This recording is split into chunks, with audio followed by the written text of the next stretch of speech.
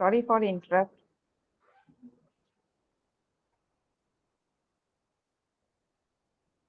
Shall we wait for a few minutes or start?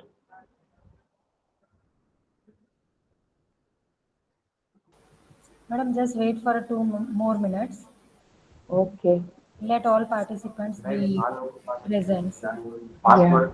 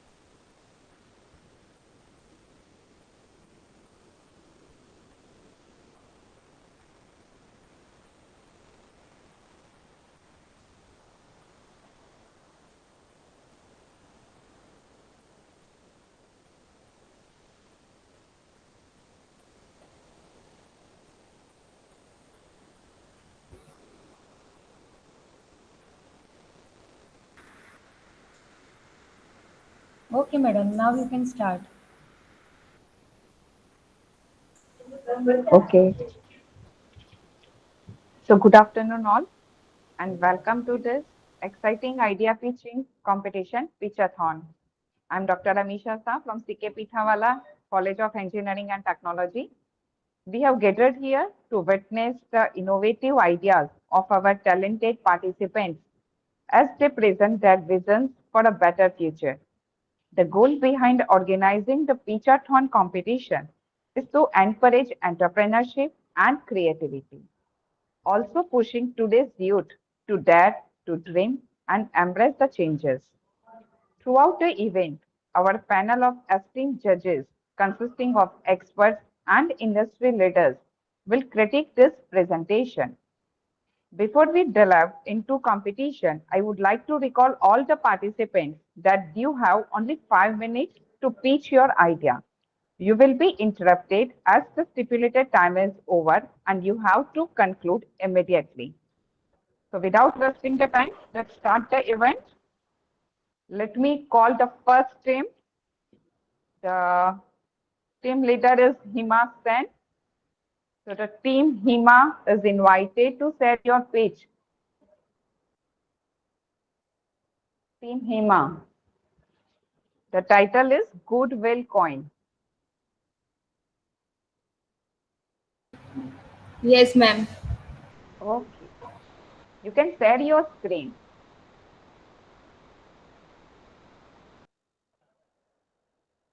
Let me know if you are able to share your screen, else we will share the presentation from our side. Okay, fine.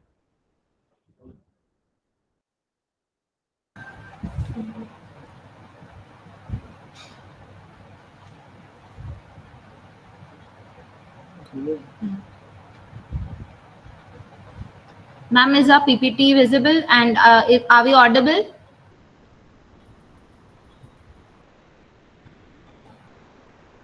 Ma'am, are we audible? Yes, Yeah, Prerna. yeah, you are audible. Yes, yes. Yes. Okay, ma'am. So, And your good morning, presentation is good also afternoon, visible. everyone. So your time, yes, Okay. Okay, can we start now? yeah, your time starts. Okay. Start Yes, now. yes. Good afternoon, everyone. We are Team Goodwill Coins from Sarvajanik College of Engineering and Technology. My name is Prerna Jain. He is Shivang Yadav, and she is Hema Sen. And our idea is Goodwill Coins, and our topic is, and our tagline is enhancing morals. Now, to not hinder the flow of the online presentation, our team will be represented by Shivang Yadav. Good evening ma'am. So हम ये देखते हैं कि हमको ये goodwill coins की ज़रूरत क्या है। तो हम ये नोटिस करते हैं कि चाहे कोई भी फील्ड हो, चाहे इंजीनियरिंग हो, मेडिकल हो या आर्ट्स हो, हम ये देख रहे हैं आजकल की बच्चे अपनी एज के हिसाब से मैच्योर नहीं है, वो अपनी रिस्पॉन्सिबिलिटी उतनी शो नहीं कर रहे हैं और उनमें हेल्पिंग नेचर भी नहीं है। तो ये एक जनरल प्रॉब्लम है। तो हमको ये प्रॉब्लम स्टेटमेंट के बेस पे हम लोग ने अपने पे काम किया है और एक मोबाइल एप्लीकेशन और एक वेबसाइट और एक बिजनेस मॉडल को डेवलप किया है। तो ये हमारा प्रॉब्लम है कि बच्चे को उनकी मोरल्स कैसे एनहांस करा जाए और उनको कैसे अपनी जिम्मेदारियों की तरफ रिस्पॉन्सिबल बनाया जाए। सो हम पहले इसकी वर्किंग देखेंगे। तो इनिशियली होगा क्या कि अगर जैसे कि मैं और प्रेरणा अगर हम लोग ये अकाउंट पे लॉगिन करते हैं तो इनिशियली हमको कुछ कॉइन्स दिए जाएंगे। फॉर एग्जांपल हम लोग को 100 कॉइन्स दिए जाएंगे। तो मैं अगर गुडविल कॉइन चला रहा हूँ तो मैं देखूँ, अगर मैं उसमें एक की फीचर होगा जिसमें मैं रेडियस डालूंगा 1 किलोमीटर का, तो मुझे प्रेरणा दिखेगी कि जिसको कुछ काम कराना था, जैसे उसको घर शिफ्ट करना था, तो मैं उसके घर पे जाऊंगा, उसकी हेल्प करूंगा और उसके बदले मुझे वो कुछ गुडविल कॉइन्स देगी। फॉर एग्जांपल वो मुझे 20 गुडविल कॉइन्स देगी, तो उसके अकाउंट में से उतने डिडक्ट हो जाएंगे और मेरे में एड अप हो जाएंगे। तो मेरे में 120 हो जाएंगे और उसमें 80 हो जाएंगे। अगर वो कहीं बाहर से काम करवा दी तो उसको हो सकता है एक्स्ट्रा चार्ज करना पड़ता। फिर अगर मैं अपना मोबाइल का रेडियस मतलब अपने ऐप में जाके रेडियस अगर बढ़ाता हूँ और अगर मैं 4 किलोमीटर रखता हूँ तो मुझे पता चलता है कि कुछ बच्चे आज बीच क्लीन कर रहे हैं और सिटी का कुछ एरिया साफ कर रहे हैं। तो मैं क्या करूंगा, उनकी हेल्प करूंगा और जो अपने को सर्टिफिकेट मिलेगा तो मैं जाके अपने पोर्टल पे गुडविल कॉइन्स में जाके अपलोड करूंगा, जिसकी वजह से मुझे कुछ कॉइन्स और मिलेंगे। जैसे कि ब्लड डोनेशन हो गया, तो ये सब भी मैं इसके थ्रू कर सकता हूँ। अब आते हैं हम लोग बिजनेस मॉडल के ऊपर। तो लास्ट ईयर एक मोनोपोली करके गेम आता है जो छोटे बच्चे खेलते हैं। तो लास्ट ईयर मोनोपोली ने $135 मिलियन का टर्नओवर लिया था ऑल ओवर द वर्ल्ड। तो होता क्या है, ये 4 कार्ड्स के थ्रू खेला जाता है। तो हम लोग क्या करेंगे, जैसे इनिशियली हम मंथ के स्टार्टिंग में मैं, हेमा और प्रेरणा इसको खेलना शुरू करेंगे। तो कार्ड्स के थ्रू हम लोग को आपस में 100 कॉइन्स दे दिए जाएंगे इस मशीन के थ्रू, जैसा फोटो में देख सकते हैं। तो हम लोग देखेंगे कि मंथ के एंड में सबसे ज्यादा गुडविल कॉइन्स किसके पास रहेंगे। तो हम लोग करेंगे क्या, बेसिकली हम लोग पूरे मंथ एक दूसरे की हेल्प करना चाहेंगे, लेकिन हम लोग एक दूसरे की हेल्प लेंगे भी नहीं, क्योंकि एट दिन हमको क्या करना है, हमको पॉइंट्स अपने सबसे ज्यादा दिखाना है। तो हम लोग एक दूसरे की हेल्प करेंगे जिससे हमारा मोरल वैल्यू डेवलप होगा, कम्युनिकेशन स्किल इंक्रीज होगी, और हम तभी हेल्प लेंगे जब हमको जेन्युइनली जरूरत हो, और हम अपना काम खुद से करेंगे, किसी की बिना हेल्प लिए करेंगे। अब हमारी अर्निंग्स कैसे होगी, मोबाइल एप्लीकेशन और वेबसाइट पे हम प्रीमियम मेंबरशिप लेंगे, एडवर्टाइजमेंट और ऑफर्स के थ्रू करेंगे। और हमारी टारगेट ऑडियंस हमारे 10 साल के बच्चे रहेंगे, क्योंकि ये सबसे ज्यादा गलीबल होते हैं और यही वो लोग होते हैं जो सबसे ज्यादा मोबाइल पे टाइम स्पेंड करते हैं। दूसरा, यही लोग हैं जो अपनी एज के हिसाब मैच्योर नहीं है और ये एडल्टहुड की तरफ बढ़ रहे हैं। तो हमारे ये अपनी टारगेट ऑडियंस हमारी पहले से फिक्स रहेगी। हमारे कॉम्पिटिटर्स कौन है, स्नैपचैट है। तो बेसिकली स्नैपचैट में होता क्या है कि ये हमारा कंपटीशन है इनके साथ। हमारा स्नैपचैट में होता क्या है कि मैं एक फोटो आपको भेजूंगा, आप फोटो मुझे भेजोगे, तो हम दोनों की एक स्ट्रीक बन जाएगी। लेकिन ये स्ट्रीक का मार्केट में कोई वैल्यू नहीं, आप इसका कोई यूज नहीं कर सकते, आप इससे कुछ जाके खरीद नहीं सकते। तब भी ये लोगों को साइकोलॉजिकली अट्रैक्ट करता है कि मेरे पास ज्यादा स्ट्रीक है तो मैं ज्यादा कूल हूँ। तो हम लोग यही स्ट्रीक को गुडविल कॉइन्स के साथ रिप्लेस कर रहे हैं। तो मैं दोबारा रिपीट करूंगा कि ये जो स्ट्रीक होगी, हमारी ऐप में ये गुडविल कॉइन्स हो गई। हम गुडविल कॉइन से भी कुछ बाहर जाके खरीद नहीं सकते हैं, लेकिन होगा क्या कि इसकी एक सोसाइटी में वैल्यू जनरेट हो रही है, एक वैल्यू डेवलप हो रही है, लोगों में मोरल वैल्यू इनहेंस हो रही है, कम्युनिकेशन स्किल्स भी इंप्रूव हो रहा है, जो कि स्नैपचैट की स्ट्रिक बनाने से नहीं हो रहा है।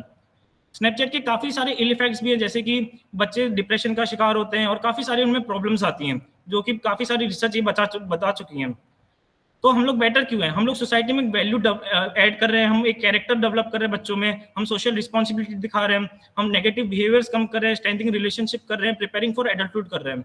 और दूसरा क्या है कि अगर कल को मैं कोई इंटरव्यू देता हूँ कोई भी कंपनी का, तो अगर मैं उनको ये बताता हूँ कि मेरे पास स्नैपचैट में 10,000 स्ट्रीक है, तो कंपनी वाले के पास मेरे दिमाग में एक इमेज बन जाएगी कि भाई ये कुछ काम नहीं करता है। वहीं मैं अगर ये बताऊंगा उसको कि मेरे पास 10,000 गुडविल कॉइन्स हैं, तो बैक ऑफ द माइंड उसमें ये सोचेगा कि हाँ, ये इनिशिएटिव लेता होगा, ये हेल्पिंग नेचर का होगा और ये अपने आप काम खुद से करेगा बिना किसी की हेल्प लिए, और मेरे लिए काफी प्रोडक्टिव रहेगा।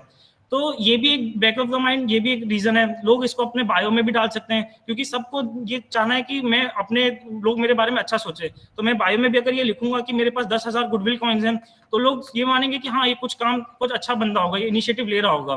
तो इस वजह से ये लोग इसको यूज करेंगे, और एप्लीकेशन अगर एक बार यूज होने लगेगा तो ये एक्सपोनेंशियली ग्रोथ से बढ़ेगा।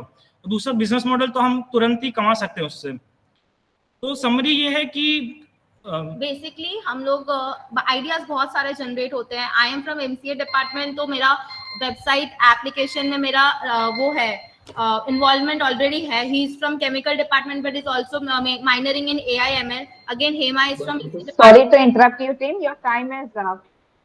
yeah Your but time is up. Yes, ma'am. Yes, We are ma'am. concluding. So Yes. our idea is based on assured, which is affordable, sustainable, scalable, universal, excellent, and distinct. This idea is patentable. We can patent also.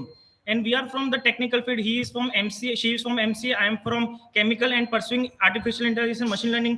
She is from EC and also pursuing AI and ML. So we can complete this idea as soon as possible. Thank you, ma'am. Thank you.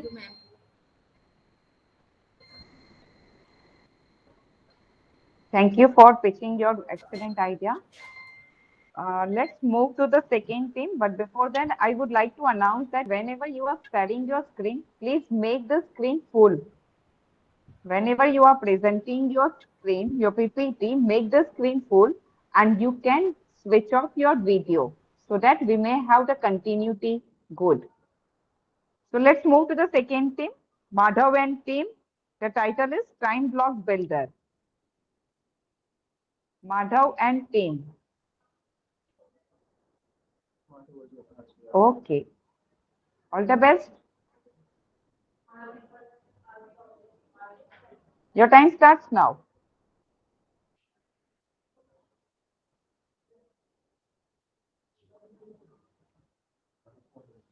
Madhav and team, please unmute yourself.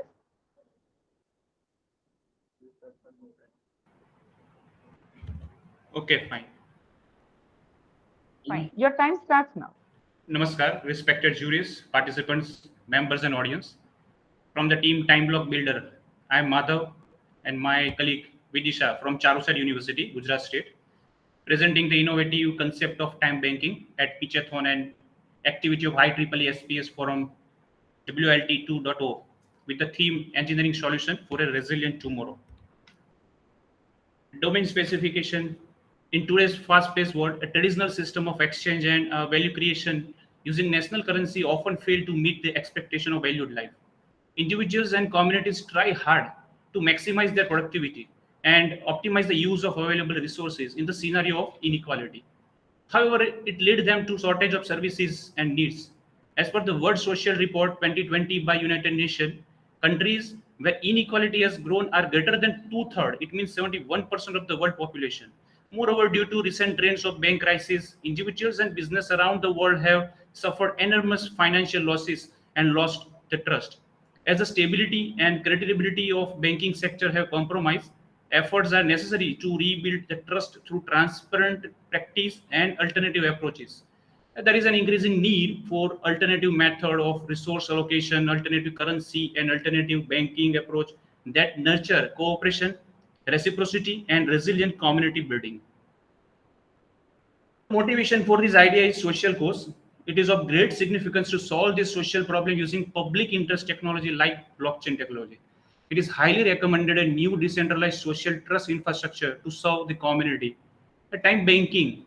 It is an emerging in the populated and aging countries like China, United States, United Kingdom, Uganda, Switzerland, and Spain. And they are using for different application areas like pension, social security, social service, healthcare, elderly care, etc. Moreover, SDG, Sustainability Development Goals set by United Nations can be satisfied, and these SDGs achievements can be tracked more efficiently using such advanced technology. And this is our innovative and novel engineering solution for a resilient tomorrow. In this context, time banking is a promising alternative credit system to trade people, service, and skill with one another. Here, people are spending their time and effort equally based on time as a form of currency. Means the mode of currency is time instead of any social national currency. This concept addresses societal issues and nurtures community engagement without relying on traditional monetary system. It emphasizes interaction between unknown and untrusted participants on the same scale, which is a time, in ways that money-based economy does not give. Here, everyone is having the finite but noticeable equal amount of time per day.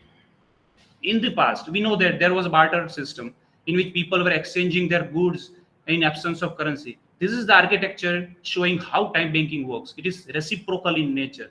Each 1 hour spent of service is equivalent to one time credit. Services offered by volunteers are free, but service provided is evaluated by time rewards. Again, such service is offered. Further, this time reward can be exchanged with other to receive another service, or can be utilized to receive some good also. Currently, what we considering is length of service and generate the time reward legal regardless of the quality of services. Further, it can be considered for matching and grading of services. These are the examples what type of services and skills can be offered by the people and can be utilized or acquired by the societal people. And this is how the service provider can offer the service and needy people can get the service and then credited the time reward in the provider's account.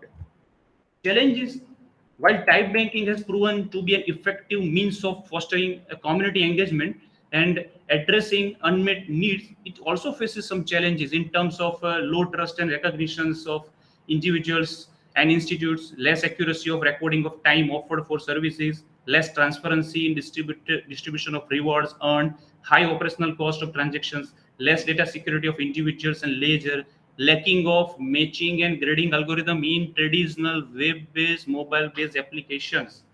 And that's why we are moving towards the decentralized ledger technology. Using DLT and smart contract, we can solve the trust and identity problem of users in time banking. It offers interaction without a mediator, third party, trusted authority, or any central controller as the unique feature of blockchain technology. It guarantees tamper proof. Sorry to interrupt you, team. Your time is running out. Please come Okay. to the main idea.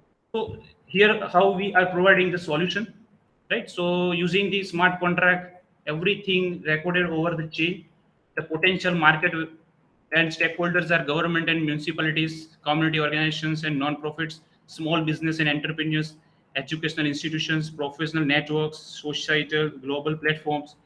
Here how we can earn the revenue, but initially I'm ignoring this because this platform is totally for societal service, so we can ignore this revenue model. But the challenge is that how can we grab the fund to run this platform, some technological potential challenges.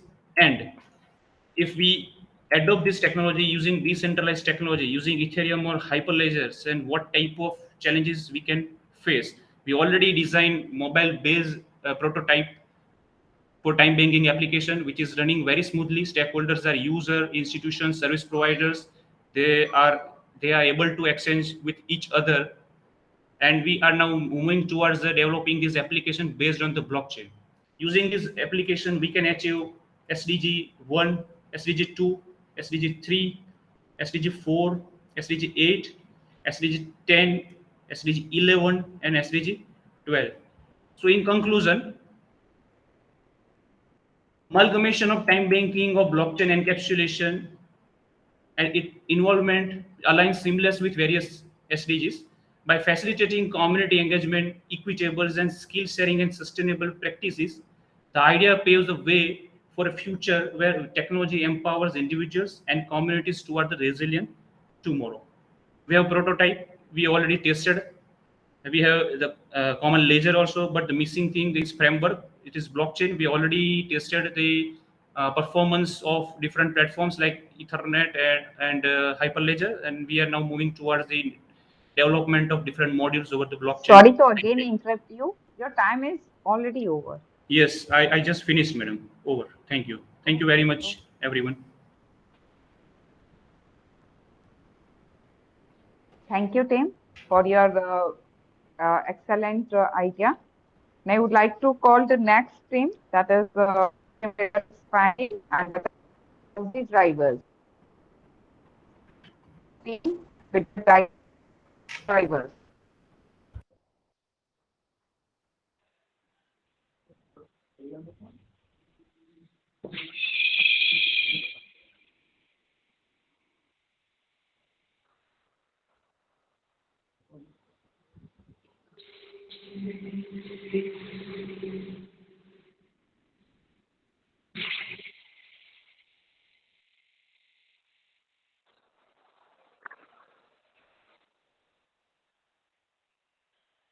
Can we start now?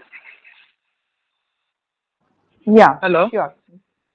Your time starts now. Yes, your time starts now. Organized for the same as we are on our industrial visit and on the way of going to the industry. So sorry for the disturbance of the background as well as for the noise. Are you tired? Are you feel drowsy or tired behind the wheel? Are you ready to put yourself and others at risk while driving a car? So here we introduce our product anti-slip detector.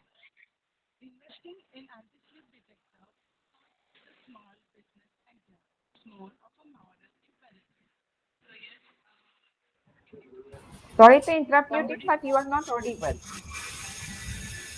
Panel and team, you are not audible. Hello ma'am, now we are audible? Yeah, now you are audible. Okay, so can we start Please from make sure that again? you have a proper connectivity. Are we audible now? Yeah. Wait a second ma'am. Yeah, you are audible now. Okay.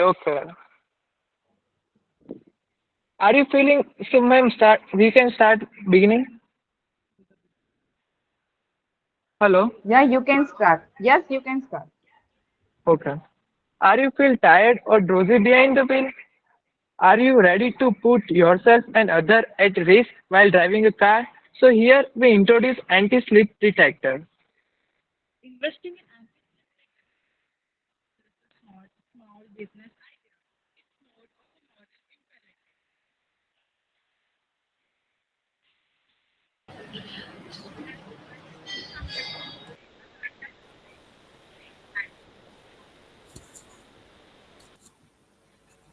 Yet you are not audible properly. So kindly find a place where you can represent your idea without a noise. Okay, ma'am. We just change the device. Yeah, so Only just one. Fanil just and team, I think you should take your own time. In between, we will start with another team. another group. Yeah. Ma'am, just a one. Our Now we are audible. next adv- See, one yeah, at statement present is you are audible. audible. Now At audible. present you are audible. But when you Okay. Yeah, continue, at present you are. yeah.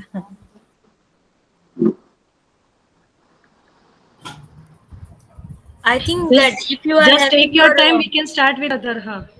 if you are having your video and presentation is same, then we can go ahead with that video also. Okay. After the next team will play that video and then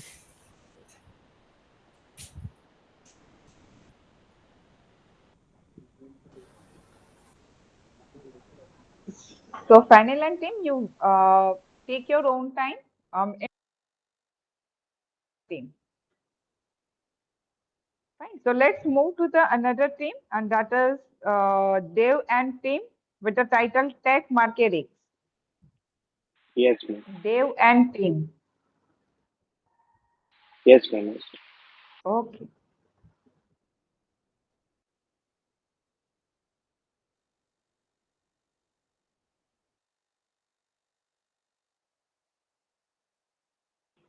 So, are you ready, Dev? Shall we start? Yes, Yes. ma'am. Okay. So your time starts now. So, good afternoon, jury. I'm Mahi Vakawala, and my team consists of Jinesh Kathiria and Dev Dhorajia. So, our pitch is real-time voice-based description system to help visually impaired people. Uh, our innovative pitch focuses on providing instant, accurate audio descriptions, enhancing accessibility and independence for the visually impaired community. Jinesh, change. Next. Yes. So our mission is to weaving computer vision and text to speech enhancement and to provide seamless navigation assistance for the blind people. So as you all know that in today's world we make sure that we are able to do all of the things very easily, but for visually impaired people it is not the same. For every single thing that they do, they have some hurdles in between. So for that, we are pitching our idea of providing them the real-time voice-based description assistance system through which it will help them to in navigation and text-to-speech conversion and enhancement that would lead them to every single hurdle or any obstacle coming in between. So, and we will provide text to speech enhancement and seamless navigation assistance into a software that transcends limitation. Next. So, our idea mainly focuses on the objectives of providing voice based descriptive system. So we will try for the visually impaired people to connect with them through the voice based system. Anything that we want to convey, we will convey through the voice navigation system. Our second objective is to note alert them about the obstacles detection. If someone is walking or going somewhere and if there's an obstacle ahead of them, we will try to alert them with the notification or any voice based alert system that would tell them about the obstacles ahead of them. Our next objective is to provide them for the distance estimation. That is, if there is an hurdle or something which is not right, then the distance estimation to that problem or hurdle, we will accurately tell them about the distance through which they can easily navigate. For example, if there's uh, a pot or a hurdle coming in between, we would like navigate them through by saying that if there's a 5 step away, if there's something a hurdle or something, then they can walk from the left side or the right side. So this way the distance estimation will help them to navigate easily in their day-to-day lives. Our next is voice based transportation assistant. That is, for example, when we are outside and we want any kind of transportation help, we generally easily we can catch any of the transportation system, but for visually impaired people it's not the same. So the software or app that we will provide, we will try to instill a voice based transportation assistant in that, through which the visually impaired people can directly contact, and they can a transportation assistant will help them through the voice based navigation system. So this way they can easily call for the transportation assistant. And the fifth would be gesture detection. So for any visually impaired people, if they are in a group or they are talking to someone, the gestures that the person in front of them is doing, the basic gestures, they can also be known for the gestures. For example, if someone is laughing, if someone is sad about something, if someone is trying to say something and the person is unable to get that, then the gesture detection will help them to do so. So next, our my teammate Jinish will continue the pitch. Hello, ma'am. Am I visible? Audible to you?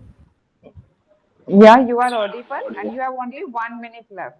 Yes, ma'am. So, as my friend tell that our technology is totally based on a computer vision system. Nowadays, as the AI is leading, the computer vision is also following it and leading the world. And computer vision system will help us recognize the hurdles come between and tell the mutual im- blind people that there are hurdles in between and it will recognize them. It will tell that using the speech, text to speech and that system, and it will tell them using the text to speech algorithm.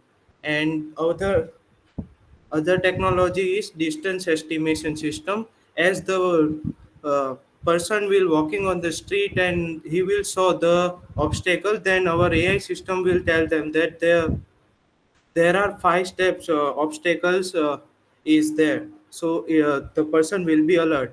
Our main Jinish, computer. your time is over. Come to conclusion. Yes, ma'am, sure. Though these are some technologies we are going to use in our model, and these are some criteria that our hardware will consist so that it will be helpful in the real world system. Thank you, ma'am. Okay, thank you. This is really a good application for the society. Thank you. Let's move to the another team. Mayank Agrawal and team. Panel is ready. I think he has written. We are ready. Panel and team. Fanny, are you ready?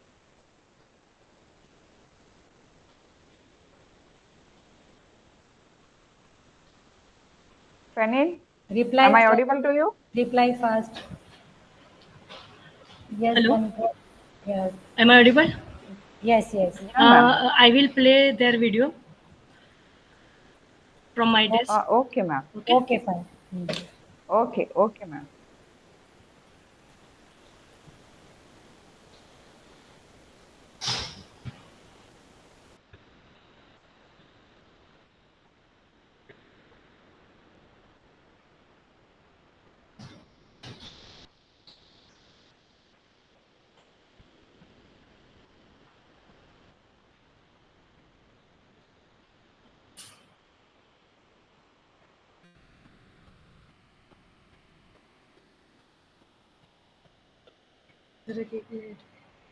Sir અત્યારે એક જણને present કરવું પડે એવું છે.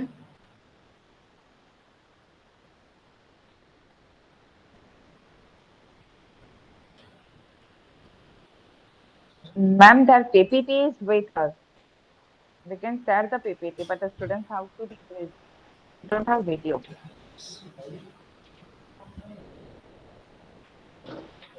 Hello,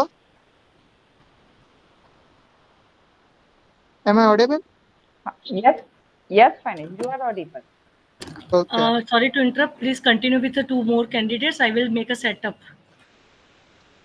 Okay, Ma'am, fine. if So our let's voice is audible, then we will right now. Actually, Can we explain yeah. and we'll keep the camera off.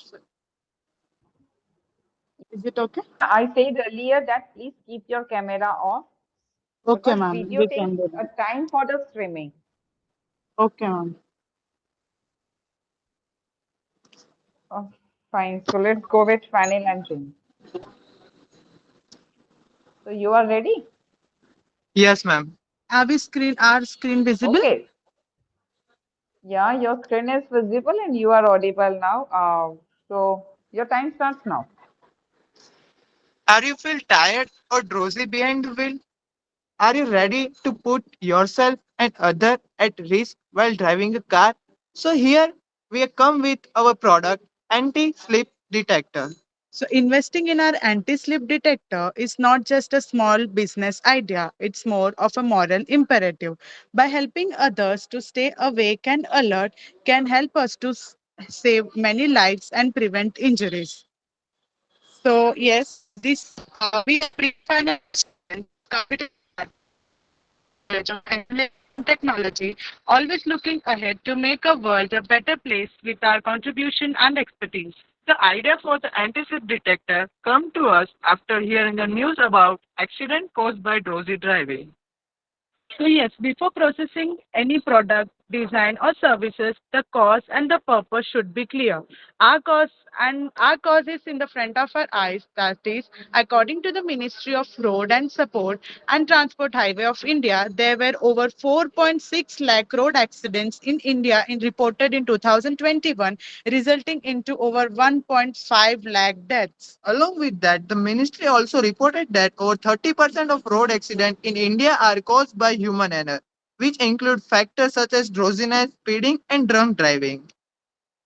Our problem statement is simple yet profound. That is, drowsiness while driving long distances or at night, and the issues of binding headlights from oncoming vehicles. So, is everybody ready to say goodbye to glare? So our proposed solution for the same is a device integrated into the glasses that alerts the driver when they feel drowsy. This type of device is already available, but our USP, our unique features is that this device is aimed to an economic car user, and also we will provide anti-glare with these glasses. The anti-glare is our USP feature. And what are market analysis for the same? That is, our target audience are fixed, that is middle class drivers.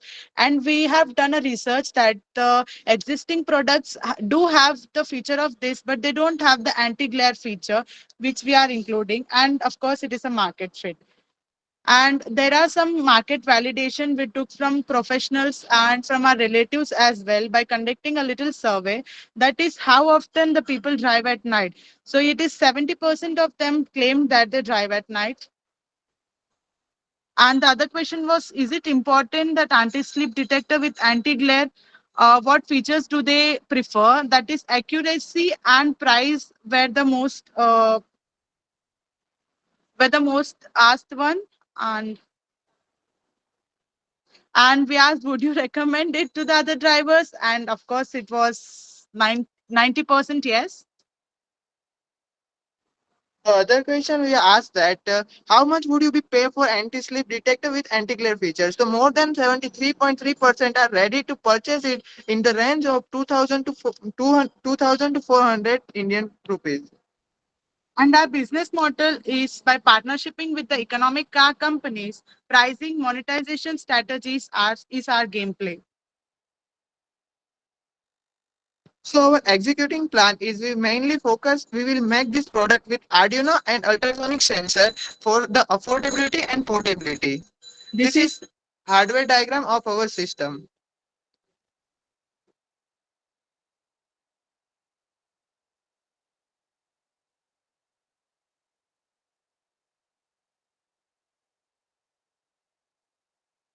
So yes, this was a little working of our project, which we have done a prototype and used it using a wired prototype, and we are planning to make it wireless as well.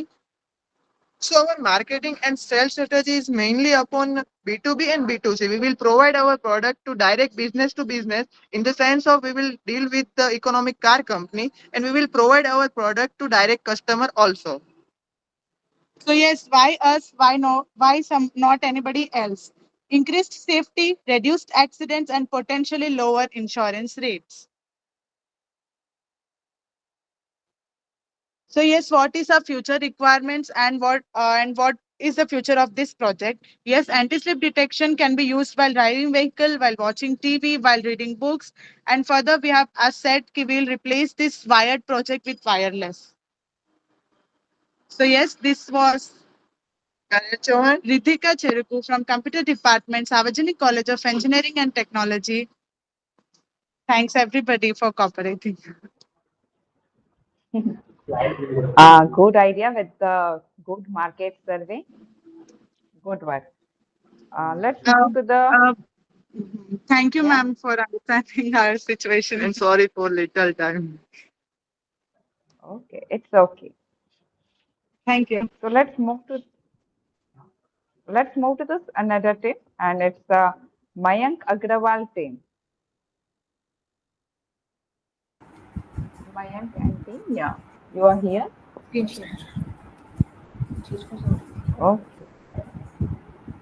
You can turn off your video. Ma'am, is it visible? Ma'am, is it visible? Yes, it is. Yeah. Okay. Start. Yeah, your time starts. Good afternoon, everyone. I am Mayank Agrawal from the team Hash Hustlers with my teammates Amritolod and Chaime. We are here to present a topic: online blockchain-based certificate generation and validation system for government. As we all know that some schools or colleges issue certificate for us that we get a job in our further life. But what if the documents get lost or get stolen or get manipulated by someone and used for wrong purposes? It would be a really big problem for us. So we found out a solution for it. We are using a blockchain method so that we can protect our document from getting manipulated by someone. We are using hash values in the blockchain method so that we can provide full security to the documents and the user so that they can get satisfied. Now, what is your expectation from us? That in university and some schools, we know that some आपको जानते हो कि कुछ वो certificates मांगते हैं पर उसकी सिक्योरिटी हमारी जिम्मेदारी है वो हम करेंगे हैश वैल्यू के थ्रू अब आपको क्वेश्चन होगा कि हैश वैल्यू क्या होता है हैश वैल्यू वो आपको मेरी टीममेट बताएगी Hello, ma'am. A hash is a function that takes an input or that can be of any length, and it returns a fixed size of string characters, which is typically a hexadecimal number. And the output, what we get through the hashing, it is known as the hash value or the hash code, which is generated in such a way that is nearly impossible to get the original input data from it. Okay. Then coming to the reasons why we're using hash for our blockchain. Okay. Number one reason is data integrity.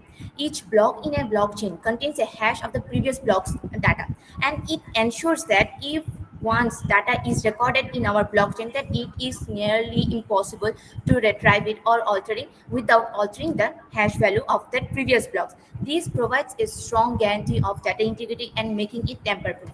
Number two, proof of work. In many blockchain, what we are doing is that the program or the website or database will be decentralized. And how could, if we want to change any data in the database, then in the process, how the others computers or database know that that value is valid and it is true, and this process of knowing or validation is known as the proof of work. Then coming to the third reason, efficient of data retrieval. Hashes are used as unique identifiers, just like a signature or a fingerprint, for transactions or data stored within the blockchain. And this allows for efficient retrieval and the verification of specific data. So now let's dive into the blockchain and the process of generating the certificate process of certificate. Good afternoon ma'am. So मैं जो बोलने वाला हूँ वो है second layer of security के बारे में, जो है ब्लॉकचेन का. तो फिर सपोज यहाँ पे बहुत सारे इंस्टीट्यूशंस में हमारा जो सर्टिफिकेट का हैश वैल्यू है वो स्टोर्ड है. अभी जो होगा, एक हैकर आता है और फिर एक इंस्टीट्यूशन का वैल्यू चेंज कर देता है, क्योंकि आज जो कंप्यूटर्स मिल रहे हैं वो बहुत पावरफुल है, ताकि पूरा डाटा जो है सर्वर का वो चेंज कर सके. अभी अगर एक सर्वर में चेंज हो रहा है, वो सेम डाटा हम लोग बहुत सारे सर्वर्स में रख रहे हैं, इसको बोलते हैं ब्लॉकचेन. तो फिर सारे सर्वर्स में ये चेंज करना इम्पॉसिबल है, नियर टू इम्पॉसिबल. सो ये चीज को हम लोग जो इम्प्लीमेंट करेंगे वो करेंगे हम स्मार्ट कॉन्ट्रैक्ट के मदद से. स्मार्ट कॉन्ट्रैक्ट के मदद से इंडिया का जो नया क्रिप्टो करेंसी आ रहा है, वो विच इज डिजिटल रूपी, वो हम लोग ऐड करने वाले हैं. मतलब स्मार्ट कॉन्ट्रैक्ट वहाँ पे ऐड करने वाले हैं, ताकि सारे जो सिस्टम्स है, सारे जो सर्वर्स है, वो लोग हमारे ब्लॉकचेन में कनेक्ट हो सके. अभी जो फ्लो है, वर्क ऑफ फ्लो है, वो मैं समझा देता हूँ. सपोज यहाँ पे एक यूनिवर्सिटी है, वो पहले सर्टिफिकेट इशू करेगा, ई सर्टिफिकेट इशू करेगा, वो कि यूजर के पास जाएगा. तो यूजर के पास जाते जाते वो रजिस्टर्ड हो जाएगा हमारे ब्लॉकचेन पे, जो कि सेंट्रलाइज्ड डाटाबेस है.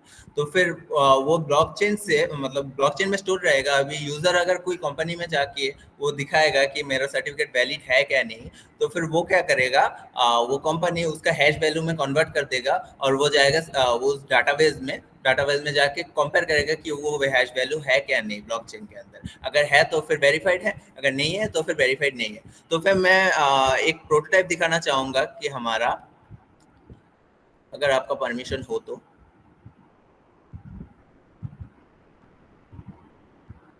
Go ahead and be quick. Your time is running out. A small presentation. तो यहाँ पे हम लोगों ने एक प्रोटोटाइप कोड बनाया है. तो इसमें हम लोग अगर ऐड कर दे कि हमारा PDF नेम, तो फिर ये ऑटोमेटिकली हैश में जनरेट हो जाएगा, जो कि डाटाबेस में आ जाएगा, जो कि फुल डाटाबेस में आ जाएगा, जो कि ये है. अभी ये इसका हैश वैल्यू है और इसका इंडेक्स है हमारा 8. अभी इसको वेरीफाई करने के लिए हम लोग जाएंगे main.2 पर.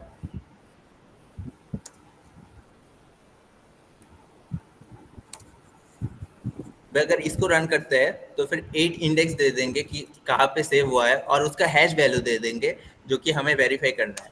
अभी ये हमें रिटर्न करेगा कि ट्रू है, इसका मतलब है सर्टिफिकेट वेरीफाइड है. तो फिर इसी तरह से मैम ये काम करेगा. तो मैम थैंक यू. यही था हमारा प्रोजेक्ट, verification of data by blockchain method.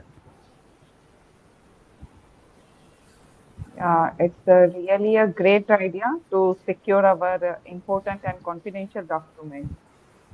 Thank you for sharing your pitching idea. Let's move to the another team, that is Krushank and team. Yes, ma'am. Krushank and team.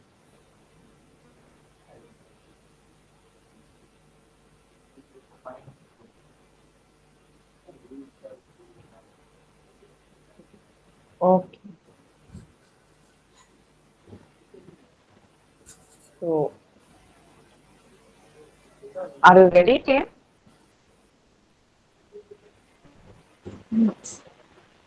Make your presentation full screen. Yeah. Am I audible? Hello, am I Yes, you audible? are audible. Yes, yes, you are audible. Good afternoon, all of you. You are ready? Myself, Sanyami Dosi from Pichathon College. Hello. Yes, I am ready. Hello. Yes, yes, you Yes, just you are start. audible. Yeah, you are audible. Continue. Okay. Continue.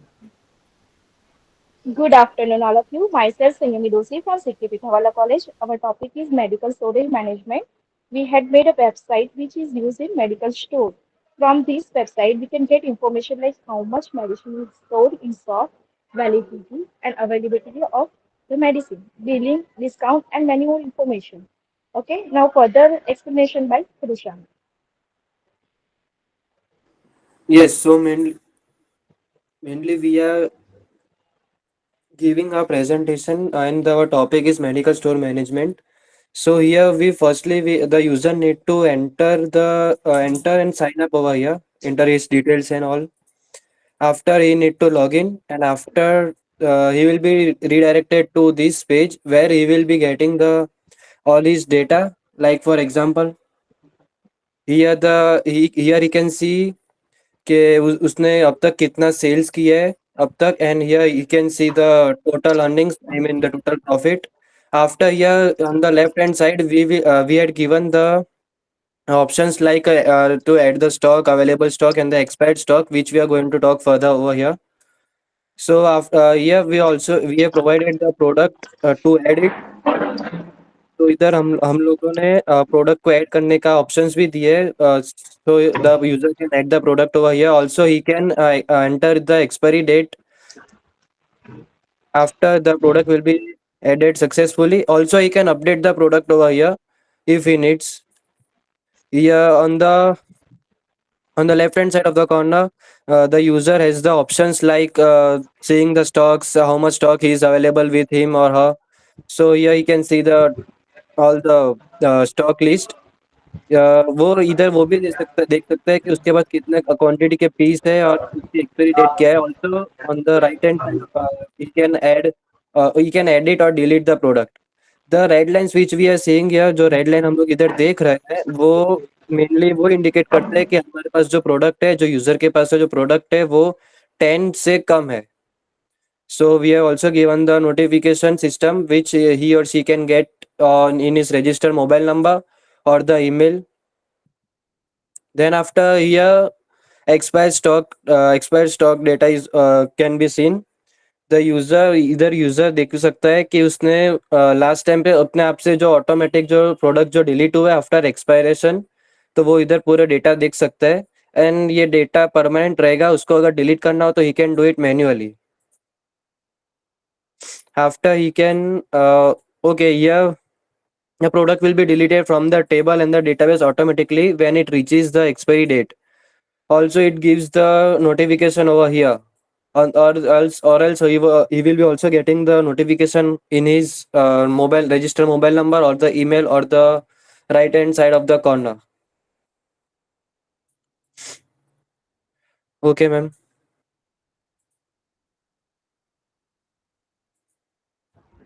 Okay, fine. So this is really an useful application for the medical stores to keep them updated regularly with the available stock and the expiry stock.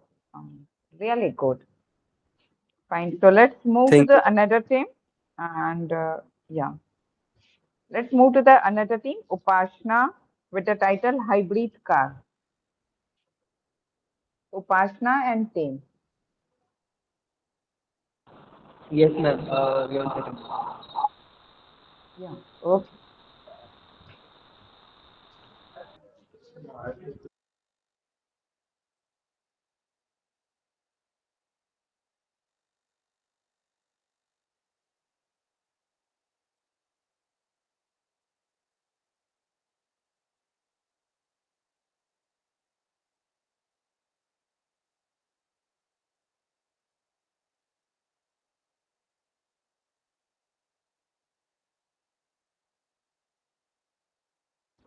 So, Janice and team, are you ready?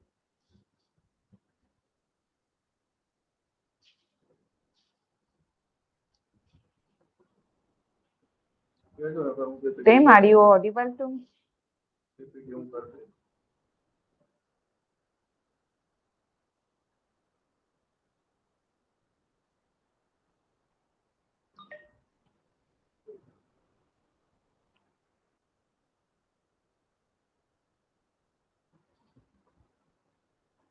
Let us know if you are not able to share your screen. We can share your presentation on behalf of you.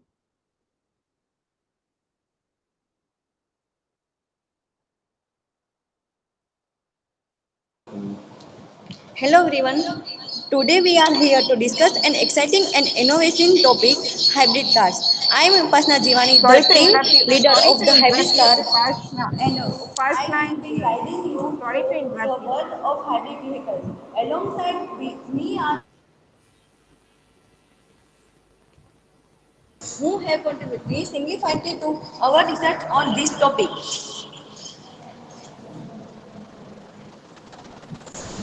I think you might have Here is connected the two types of devices. resources available in cars. Excuse me, team. I think you have connected more than one devices at the same places. Make sure it should be one. Okay, It ma'am. sounds Wait, like wait. some phones and not Wait. clear. Now I'm audible, ma'am. But your sound is not yet Still clear. there is echo effect. Only one team member can join. Rest of you can just leave the meeting. So there's no echo from the sound. There's no echo. If you are sitting at the same place, make sure you all are on the same machine, and rest of the students can log out. Okay, ma'am. Now my voice is audible. Yes, you can just continue. Okay. Okay. So here is the types of resources engine in cars. Cars have come a long way in terms of their power sources. Traditionally, gasoline and diesel engines have been the norm. Gasoline and diesel engines operate by compressing air in cylinders until it gets hot enough to ignite the fuel, powering the vehicle. However, they have their drawbacks such as the resource shortage and extra problems. But even with charging, a challenge exists, making them less sustainable in the long. The other hand, are powered by electricity produced batteries.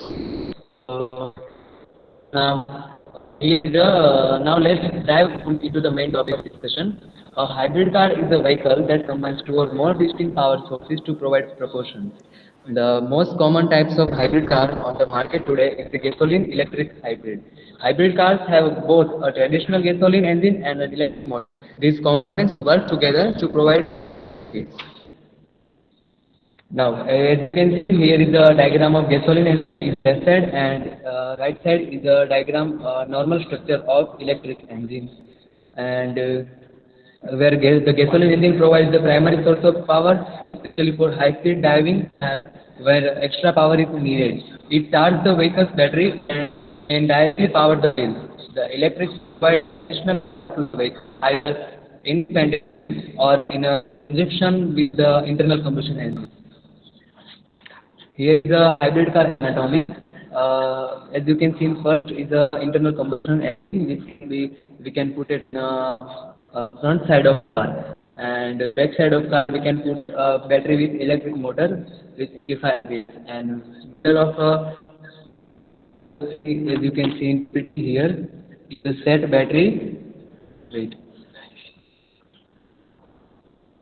Here is the set battery as a side of a car. See, yet your voice is not clear. It's the voice is breaking.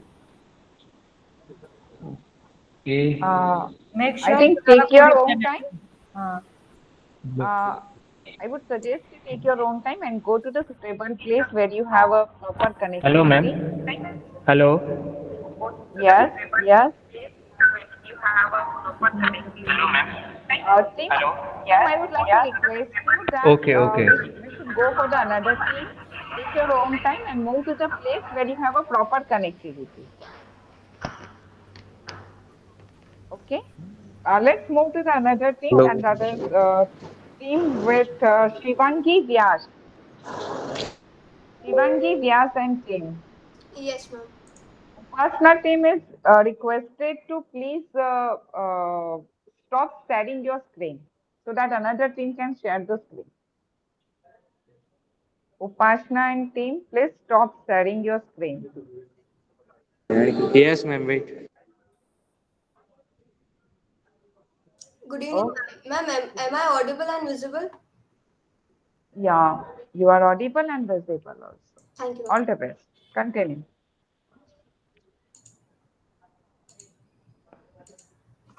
Ma'am, Are you going to sharing your? ma'am, Yeah, your screen is visible. Yeah, your screen is visible. Make it full screen. yes. Thank you, ma'am. Good evening to everyone. I am Shivangi Vyas from Sarvajanik College of Engineering and Technology, Electronics and Communication Department. So I have come up with DICO that aims of providing diamonds from excess carbon dioxide content. We promise of perfection and purity. So about DICO, our vision is to provide our future generation a better place to live. Mission is to make India a developed country. Key initiatives is to reduce the excess carbon dioxide content, and objective is to increase our country's economy. So the primary aim is to have control on excess emission of carbon dioxide. We are planning to manufacture artificial diamonds from carbon dioxide. As it takes millions of years to extract natural diamonds, so we want to make the period short. So artificial diamonds are manufactured within 14 to 21 days. Through this method, we can also stop excessive mining. Recently, our Honorable Prime Minister Shri Narendra Modi ji has gifted 7.5 carat diamond to US First Lady. This was manufactured by Surat-based industry. Hence, there is a great boom for artificial diamonds. So the Sorry to problems. interrupt you, but can you scroll down your slide? Yes, ma'am. This one, ma'am. If possible, make it full screen. Ma'am, it's full screen only. Giving Stop. any pages. Stop Of screen. presenting and present again. Present full screen. Yes.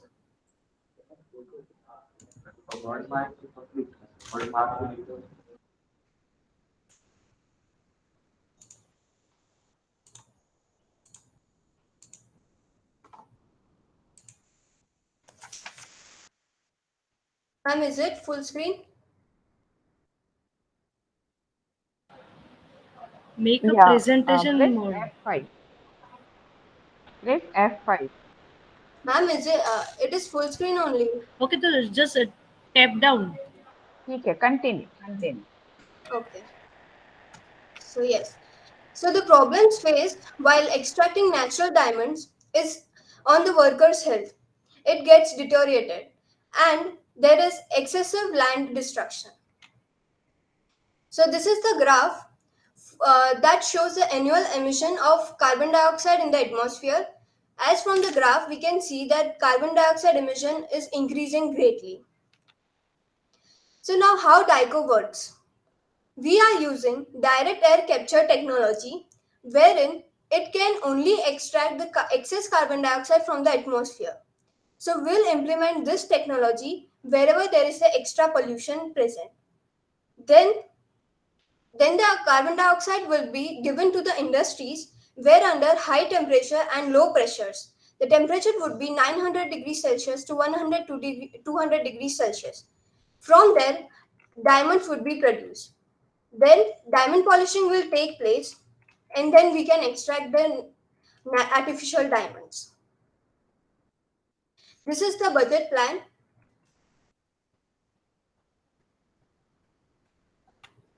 And thank you. Shivangi, we cannot able to see your every PPT. You can make it manual presentation also. Don't make it full screen, but just scroll down. So Shivangi, at least with we your can observe. permission, shall we share your presentation?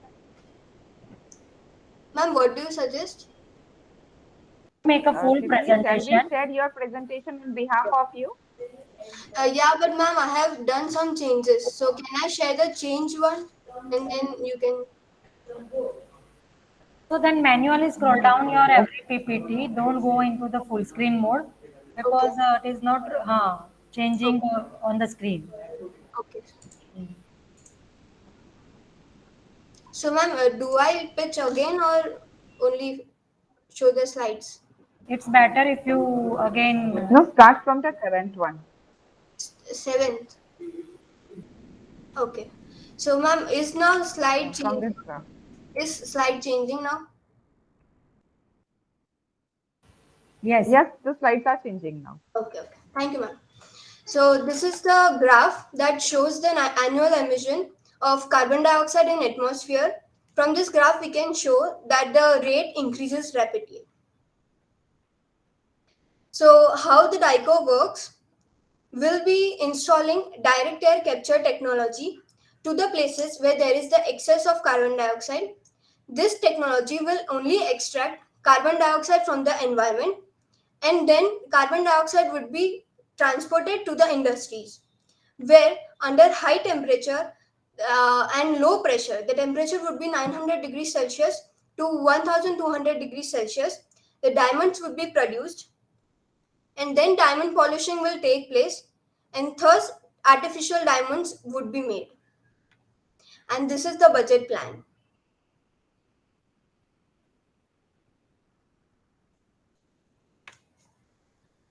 Thank you, ma'am.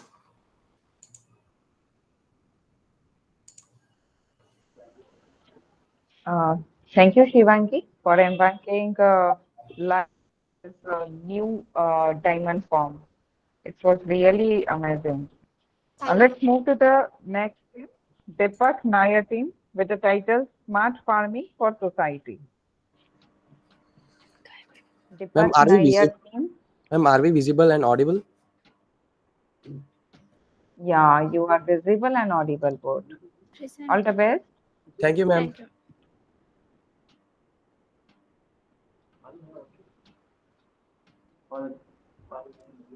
Ma'am, is our screen visible?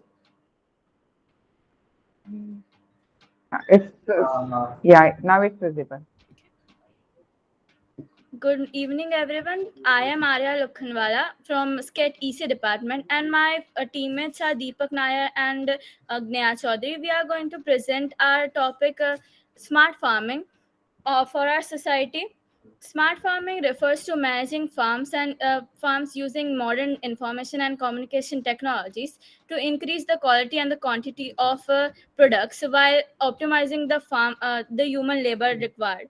The process of smart farming includes these steps. First step is sensing technology. Second is software applications. Third is communication system. Fourth is telematics and position technologies. Fifth is hardware and software system. Sixth is data analytics solutions. Handing over to you now. The four main cycles of our project are: first is observation, which will be done by the sensors. The second is diagnostics, which will be taken from the cloud IoT. Third is decision making, which will be done by the algorithms that we have given in the system. And fourth is action, which will be evaluated after the algorithm is given. Over to you, Deepak. Yeah, so we are introducing our product, that is Map My Crop, and our motto is quality for life. So what the crop is produced should reach our consumer within the quality and within the precision. So our farmers are very concerned of the recent climate changes. Over 54% of the farmers are really concerned of a climate change. That's why the AI and its integrability with farming can cause a huge impact. So this is a business which is B2C, business to consumer. Category is IoT and agriculture. Target market is direct to farmers, as this product is mainly focused for farmers and improving our farmland. So basically what happens is the data which is fetched from our farmland is fetched to the cloud, and the cloud transfers it to the algorithm and microprocessor, and this performs a task of decision which is taken by controller for picking up the best quality of crops. So the sensors which are used are shown as follows. First is a gas sensor. In gas sensor, we use ethylene gas sensor for testing the ripeness level of the crop, which can determine which crop is better for eating and feasibility. So the second sensor is image sensor.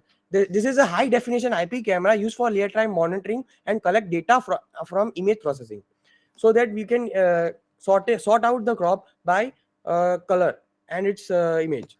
So the third sensor is moisture sensor, used to measure the content of water required for crops on timely basis, as the farmer should know when they have to give the water on daily basis, so that our crop can grow healthy and in a good manner. The fourth and last one is the soil content sensor. So it is required mainly there is a lack of soil minerals, due to which most of the crops are damaged, uh, and the farmer's income is wasted. So the soil content sensor are useful as it measures the minerals in the soil, and this all our information is integrated to our cloud and displayed on an application in which the farmer can decide what to do next. So uh, the final product which will be look like is this is a black box on a pole, which can reduce the installment, and it will cause a farmer to give a huge impact to the world. Thank you, and thank you for IEEE SPS Society for presenting our idea. Thank you. Really a good idea for the smart farming, and if we have such kind of a group, then it will improve our health also. Thank you, ma'am. Thanks for pitching such a good idea. Thank you, ma'am. Upashna and team, are you ready now? Yes, ma'am. Yeah, so let's start. Let's go with the Upashna and team with the title Hybrid Car.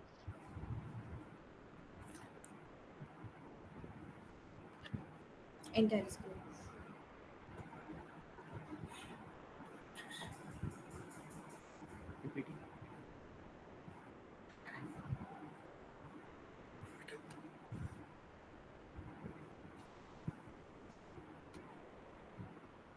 Hello everyone. Today we here to discuss an exciting and innovative topic, hybrid cars. I'm Upasna Jivani, the team leader of the hybrid team, and I will be guiding you through the world of hybrid vehicles. Alongside me are my esteemed team members Janice Darsaria and Arya Patel, who have to contribute significantly to our research on this topic. Here you are seeing types of resources engines in cars. Cars have come a long way in terms of their power resources. Traditionally, gasoline and diesel engines have been the norm. Gasoline and diesel engines operate by compressing air in cylinders until it gets hot enough to ignite the fuel, powering the vehicle. However, they have their drawbacks such as the resource shortage, water shortage, and etc. problems, and electric charging challenges exist, making them less sustainable in the long run. Electric charging challenges and powered by electricity stored in batteries. This technology offers a cleaner and more sustainable alternative. Some vehicles can also run on compressed natural gas as an alternative to gasoline or diesel. Now it is a let's dive into the main topic of discussion, hybrid cars. Hybrid car is a vehicle that combines two or more distinct power sources to provide propulsion. The most common types of hybrid car on the market today is a gasoline electric hybrid car. Hybrid cars have both a traditional gasoline engine and an electric motor. These components work together to provide various benefits. Here you are seeing in PPT. It is a left side is a gasoline engine structure and the right side is the structure of electric engine. And the now it's a hybrid car anatomy, which is a we are putting a internal combustion engine in front side, and at the middle of a car we are putting a battery as a side of a car, and in a backward we are making other things, and like a battery with electric motor 85 lbs. And now is a system working information. Now the system working information, there is the two types of automatic switching mode. In this, the petrol to electrical and electrical only mode and petrol only mode. In this, the if any petrol consumption is over and then the charge the battery, the car is already running at the on way. Now take the measure of it figure by the fuel efficiency. The normal fuel engine is the take the 1.5 liter per 100 kilometer. which are the fuel efficiency is nearest about 67 kilometer per liter. Now, the motor relation basis on wheel relation, then the motor which rotate as a wheel rotate, then it's compared to the 41,750 rotation per liter in the fuel tank from the petrol engine. Now take the simple motor and its rotating charge is consumed to the battery is get 0.3 volt hour per rotation. Now changing time is 5.4 hour, 5.6 hour. That means we can take here the 15 kilowatt battery in the car, which is the perfectly fully charged in 5.6 hour with the petrol engine. We can use car also petrol to electrical and only electrical mode and also petrol only mode. And here is a components conclusions. First is the regenerative braking. Regenerative braking system is normally presents that if a hybrid car utilize braking capture and store energy when the vehicle slows down or stops, improving overall efficiency. And maintenance and repairs is normally reduce emissions, often require maintenance and repair specifics or with a dual powerful trains, as you can see in a diagram. And other thing is external charging. We can also use a sources as external charges. And sensing driving condition is that we can use their electric and internal combustion engines for improved fuel efficiency. Or we can also add sensors and assess driving conditions. And we can use a battery like a aluminum air battery and potential candidate for a hybrid car due their high energy density and lightweight properties. Like we have aluminum batteries and extra batteries also. Hybrid cars represent a significantly leap in automotive technology. They utilize multiple power sources, regenerative braking, and advanced sensors to provide superior fuel efficiency and reduce environmental impact. While they come with their set of challenges and maintenance requirement, the benefit they offer in terms of sustainability, cost saving, and innovation make them a compelling choice for the future of transportation. And thank you for your. Thank you. Thank you. We are done. Thank you for proposing good suggestion for this fuel consumption and all that. Let's move to the last stream of our Pichathon competition, and that is Pawan and team with the multi-port antenna. Am I audible? Yes, you are audible. I'll present my screen. Yeah, sure. Just a confirmation. Is my screen visible? Yes, your screen is visible. Yeah. So a very good afternoon to one and all present here. I am Pawan S. Murthy and my teammate Kshama. She is not there because she has an exam right now. We are from BMS College of Engineering, Baswangudi, Bangalore. We are from currently in our fourth year and we are from the E&C department. Our project is multi-port antenna system for 5G millimeter wave range. Millimeter wave range is about 26 gigahertz. As you know, 5G, India has the second largest 5G network in the world. Around 3 lakh sites are being set up in a quick span of 10 months. So 5G is the next go in the mobile communication aspect. 5G has a high download speed, high bandwidth, and high throughput, which is Gbps, Mbps. That is the amount of data that is transferred from one point to the another point in a specified time. For this particular reason, 5G is being preferred more than any other communication standards. In 5G, there are two ranges basically, sub 6 and about 26, about 24 gigahertz. The ones we are currently using in our phone is sub 6 gigahertz, but the bandwidth is very less and the gain is also very less. But once we use it for about 24 gigahertz, the bandwidth is also more and the beam width is more, that is the coverage is more and the gain is also more. So we have proposed a solution which will mainly concentrate on about 24 gigahertz because it has a very high data rate. Next, the main our main module is basically for the base tower. One second, sorry for the glitch.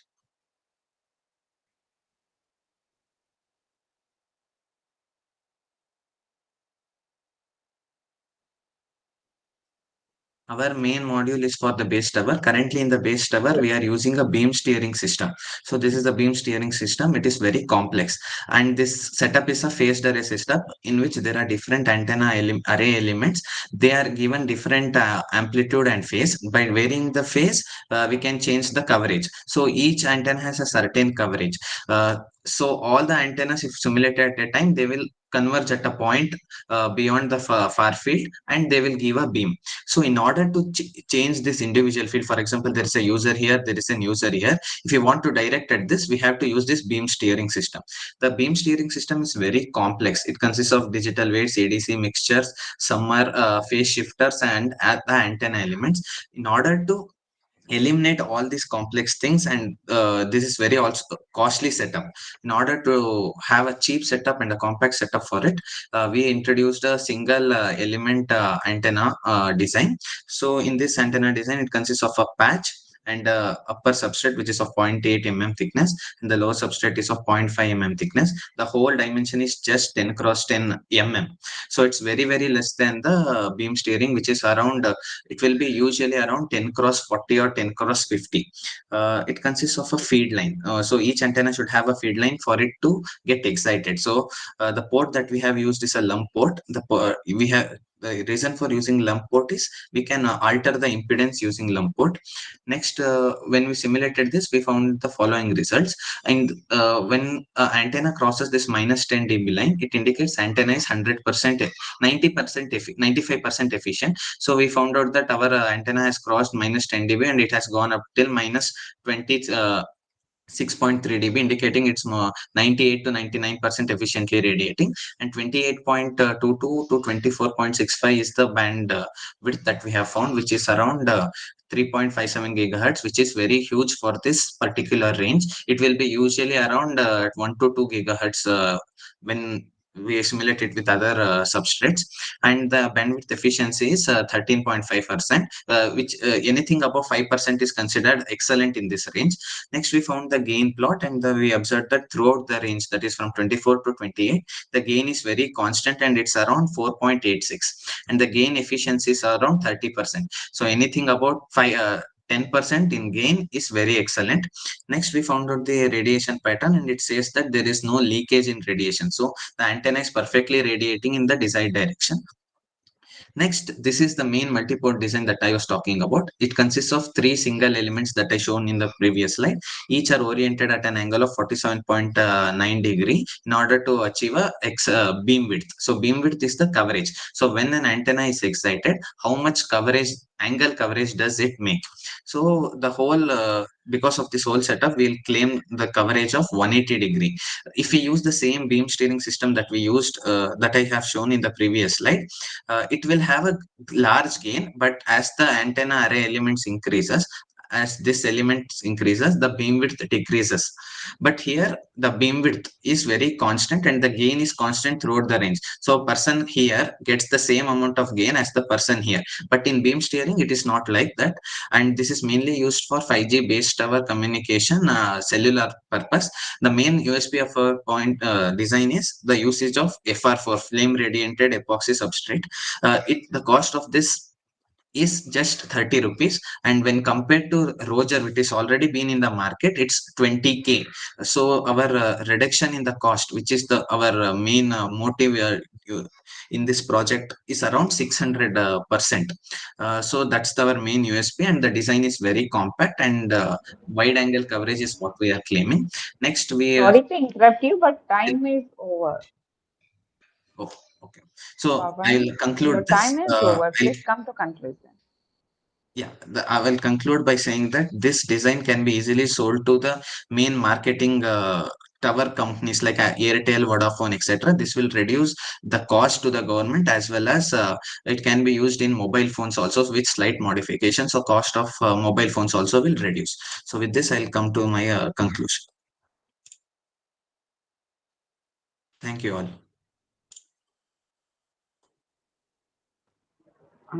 It's a really difficult task to design an antenna with the space diversity concept. And you had really got a good bandwidth with the best efficiency. Good one. So this was our Thank you, last ma'am. stream. of the Pichathon competition. And I would like to appreciate all the participants for their dedication and determination in bringing their ideas to life. Your hard work inspires others to believe in the power of their own ideas. The winners of a Pichathon competition will be declared during the valedictory ceremony of WoLT 2.0, that is tomorrow at 5 p.m. Now, as we move forward in the WoLT 2.0, I would like to invite Dr. Meeta Shah, R&D Dean at the CKP CET, to have some also throw some light on the signal processing society. So over to you, ma'am.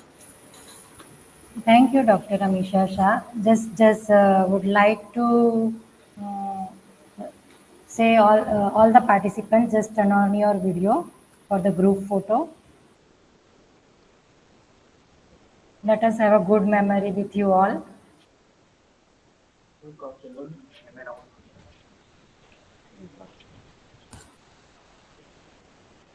All the participants are requested to turn on the video.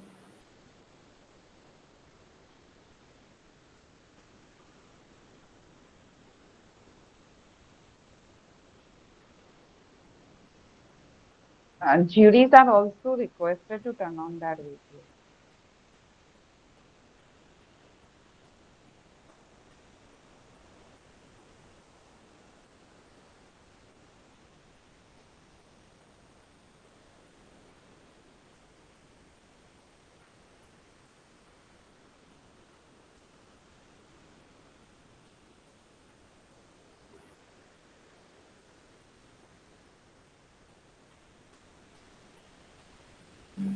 Who is taking?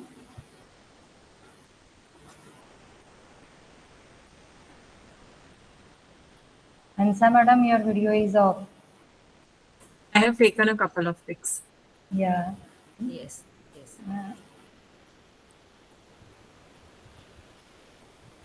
I request all the organizing team members to keep your video on. Thank you all the participants of the Pichathon for your interest in presenting your new idea with community. So before starting to give the idea about the IEEE Signal Processing Society, let me introduce my strong team behind the WoLT 2.0. This WoLT is our flagship event. It's a flagship event of the IEEE SPS Gujarat chapter. And it is organized under the Women in Signal Processing wings of the IEEE SPS. So the chair of the WISP is Dr. Hansa Singh Rakia, madam. Madam, please raise your hand. Madam? Yes, ma'am. Yes. Okay. So Madam Thank is you. Madam is the chair of Women in Signal Processing of IEEE SPS Gujarat chapter. The Thank you, ma'am. and the organizing chair of this WoLT 2.0 is Dr. Alpasa, Madam. Yeah. We have all women teams which are behind the organizing this WoLT 2.0. Dr. Amisha Shah. So you met in the previous session. Amisha Madam, please say hello to everyone. Ketki Madam, Dr. Ketki Pathak. Ketki Madam. I think, are you there, Ketki Madam? So it won't be possible to come across you for with this 2 days event without the effort given by our strong team members.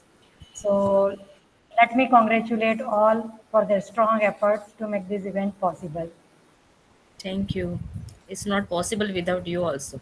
So thank you for that. So do we have a time or should we go for the next session?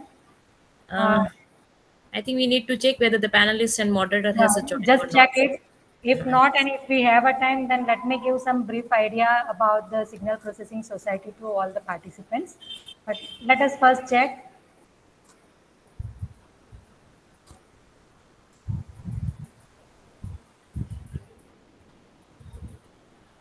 Yes, Mamta ma'am has already joined, Okay. moderator of this session.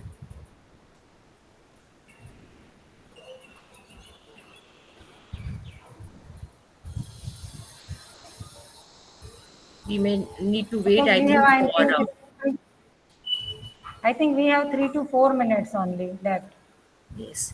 The panelist has not joined yet, so I think, ma'am, you can spend some time till they Yeah, join. but just want to talk with Mamta madam. Mamta madam, can you turn on Mamta your ma'am, video? I think Good afternoon, madam. she Yeah. Yeah, good she's afternoon. on Am I the way. audible? Yes, yeah. She may have Yeah. wait for us for this event. Oh, Am I audible to you guys? yes, yes. Yes, You are Mamta Yeah. clear. ma'am. Good Okay. afternoon. Yes. Good afternoon. Good to see you both. I mean, Hansa Meeta ma'am, I ma'am. know Good personally, afternoon, ma'am. but Meeta ma'am, yes, I am not aware. But yeah, through emails, yes, I saw that name. Yeah. So, madam, So you are Meeta from the ma'am is Nirma vice chair. University. Alpa ma'am is uh, editor in IEEE SPS and also organizing chair.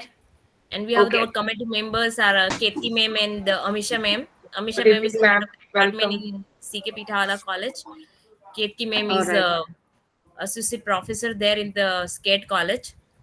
Oh, And wow. we all are the team of all the females of IEEE SPS Gujarat sections. Mm-hmm. Nice. Nice to meet you all. Good to see Alpa ma'am and Meeta ma'am in person now. Same here, madam. Yeah. You are from Nirma Same here. University. Yes, ma'am. I teach at Nirma University at the Institute of Law. At Institute of Law. Okay, Yeah. fine. But my area is communication and language. Fine. That's great. And we are not. Earlier, we were together. We were Yes. together at Indus University. Yeah. Acha, with Hansa ma'am. Picha. Yeah, Hansa ma'am Oh, and I were together. We spent a lot of time at that place. Yes. Yeah. And oh, just I think 1.5 year we parted ways. I mean, we. Both at the same time in Hmm. 2021. so you have a long bonding. Yes. Yes. We Okay. are together in the organizing the different event in the under the student affairs also. So in the same combined team of all the event in convocations and the student affairs committee in different event, the technical event, cultural event, all the things.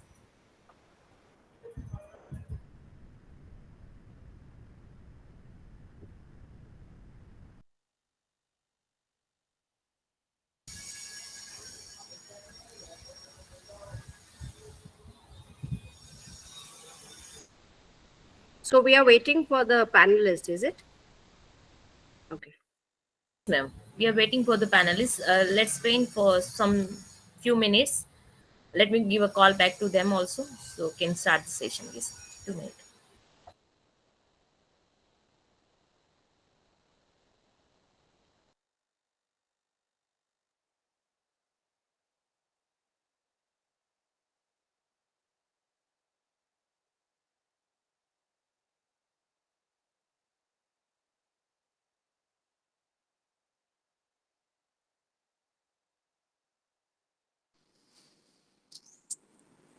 Hello.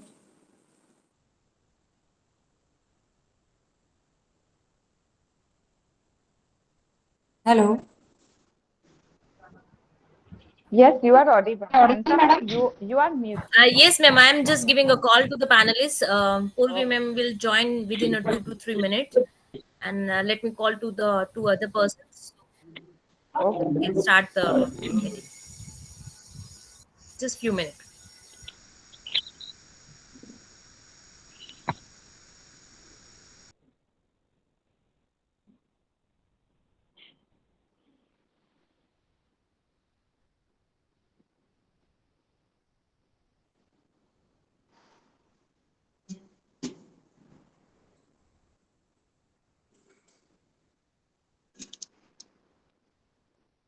Hello.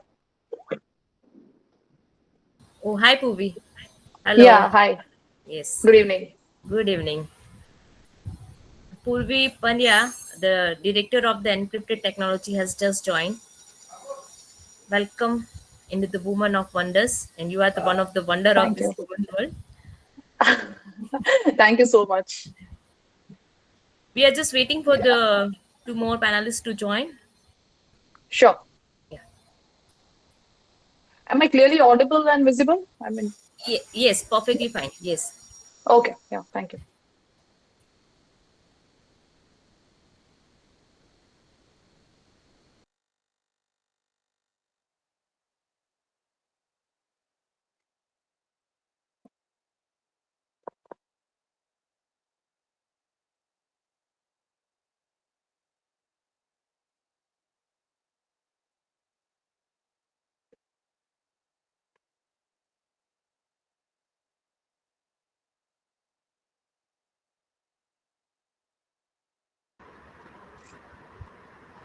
Hello.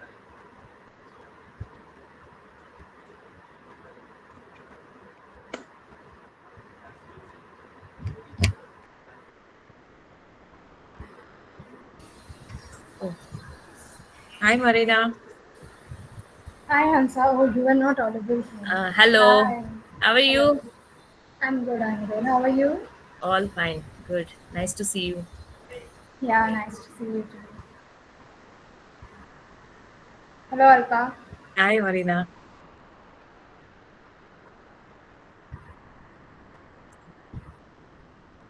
We're just waiting for a couple of minutes, and we already have other panelists and moderator already joined in the session. So we'll quick start immediately.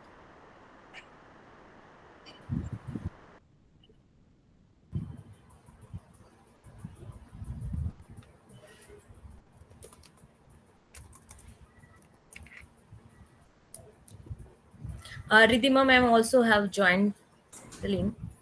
Hello, Ridhima ma'am. Hello. Yeah. Hello, Miss Hansa. How are you, ma'am? I'm fine, and you? Alpa ma'am, all the panelists has joined. Yes, yes, ma'am. Yes. Okay. So we can start, right? Yes. Okay. So good afternoon once again, all the participants and all the esteemed panelists and our beloved moderator, ma'am. A very warm welcome to you all on behalf of IEEE Signal Processing Society, Gujarat section, to this Wonder of Women Meet Startup session held under WoLT 2.0. We have gathered here online today to celebrate and acknowledge the remarkable achievements, contributions, and inspirations of women in the field of technology. To guide us through this insightful and empowering session, we are privileged to have an exceptional moderator, Dr. Mamta Pillai, ma'am. She serves as an assistant professor at my university. She has a very vast experience as a language trainer in language and serves as a resource person too. She definitely brings her wealth of experience and enthusiasm to our gathering. Throughout this event, Dr. Mamta will skillfully navigate us through engaging discussions, thought-provoking conversations with our esteemed panelists. Her warm and welcoming presence will ensure that our meetup session is both informative and enjoyable. Madam, we are really very thankful to you for accepting our invitation to serve as moderator in today's discussion. And I take this privilege to welcome you on behalf of our entire organizing team. So without a further ado, let us embark on this exciting journey of discovery and inspiration led by our moderator. Please join me in extending a warm round of applause to welcome her and let the Wonder of Women Meet session begin. I also request Tejal ma'am to share her welcome. Respects has some song and some song. Tejal ma'am. Welcome Mamta ma'am once again to our online session, and we are very thankful to you. Over to you, ma'am. Ma'am, please speak in Hindi. Thank you very much indeed, Alpa ma'am, for your kind introduction. Without further ado, we can start with the program. Hindi is our matrubhasha. I want somebody from the Atmia University. Can you please turn off your camera and your audio as well, so that we are about to start. I have just locked him. I removed him from the meet. Yeah. Right. Because I guess most of us are going to use English as a medium of communication. True. And every time without any proper way he was trying to interrupt. So sorry for that, but I have just removed him from the meet. Thank you so much, ma'am. Thank you so much. So we can start, right? Yes, yes, definitely, ma'am. So good evening, everyone. Good evening, ladies and gentlemen. I, Dr. Mamta Pillai, on behalf of IEEE, welcome you all to this panel discussion called Women of Wonders Meetup Session, Women Leading Technology, organized by IEEE, Signal Processing Society, Gujarat chapter. As you all are aware and very much a part of IEEE, and I am new to this organization or being part of this organization. So IEEE is the world's largest technical professional organization dedicated to advancing technology for the benefit of humanity. It believes in assisting the global technical community with a goal to be universally recognized for the contributions in technology and of technical professionals in improving global conditions. And this particular panel discussion will focus on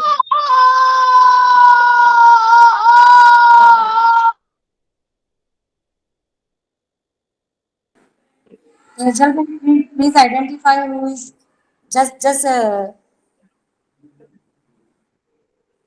Yes, ma'am, I'm checking. yes. Please continue, ma'am. Okay, I'm so sorry. Our generation has witnessed a time when, technical world was swarmed by men. And earlier, one wouldn't find women choosing career in technology as a top preference, right? But the story is very different today. And you look around you and you find many top leaders in many tech companies are women. And women are not shying away from taking up more challenging roles and have proven to be more successful, than men. So as the technological world kind of evolves at a breakneck speed, with the most success, and women are more successful than men, and women are doing exceedingly well. So the need of the hour is not just of the intelligence quotient, but also of an emotional quotient, which is Hello. which is brought Be a in. burger, a French fries with pizza.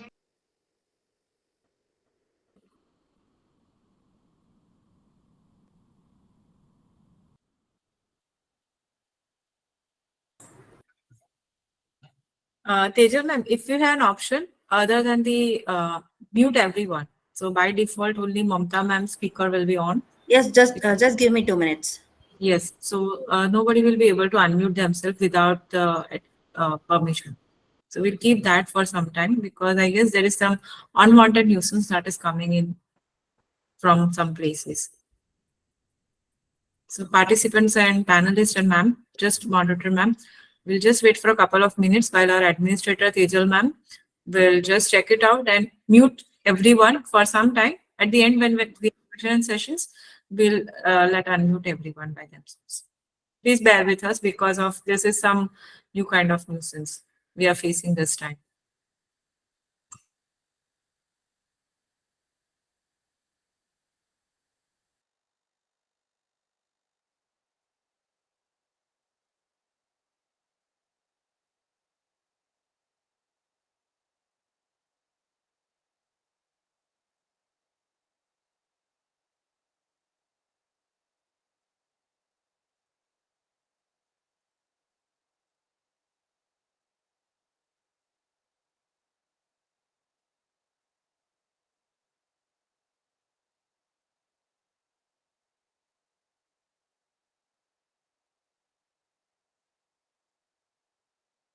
Tejal ma'am, from the host management, I have there. See, now we have that option, so we can just restrict such entries, right? Don't admit such entries now. Any such nuisance we are not going to allow.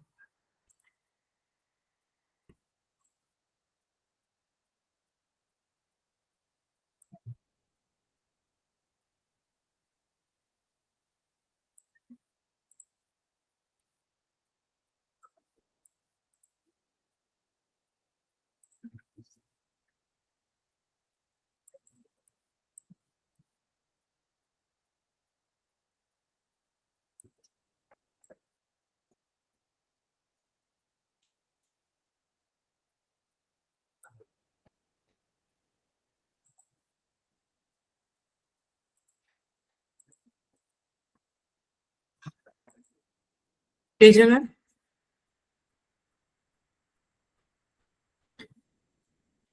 Mamta ma'am, you can please continue. What I've done that I've restricted entry calls, right? Entry for joining the call. And I request all the host controllers, like our organizing team who have the control, not to let anyone join. Because I can see that there are very many nuisance names also coming. So we are not going to admit anyone now. Vicky Yadav and some all different kind of nuisance names.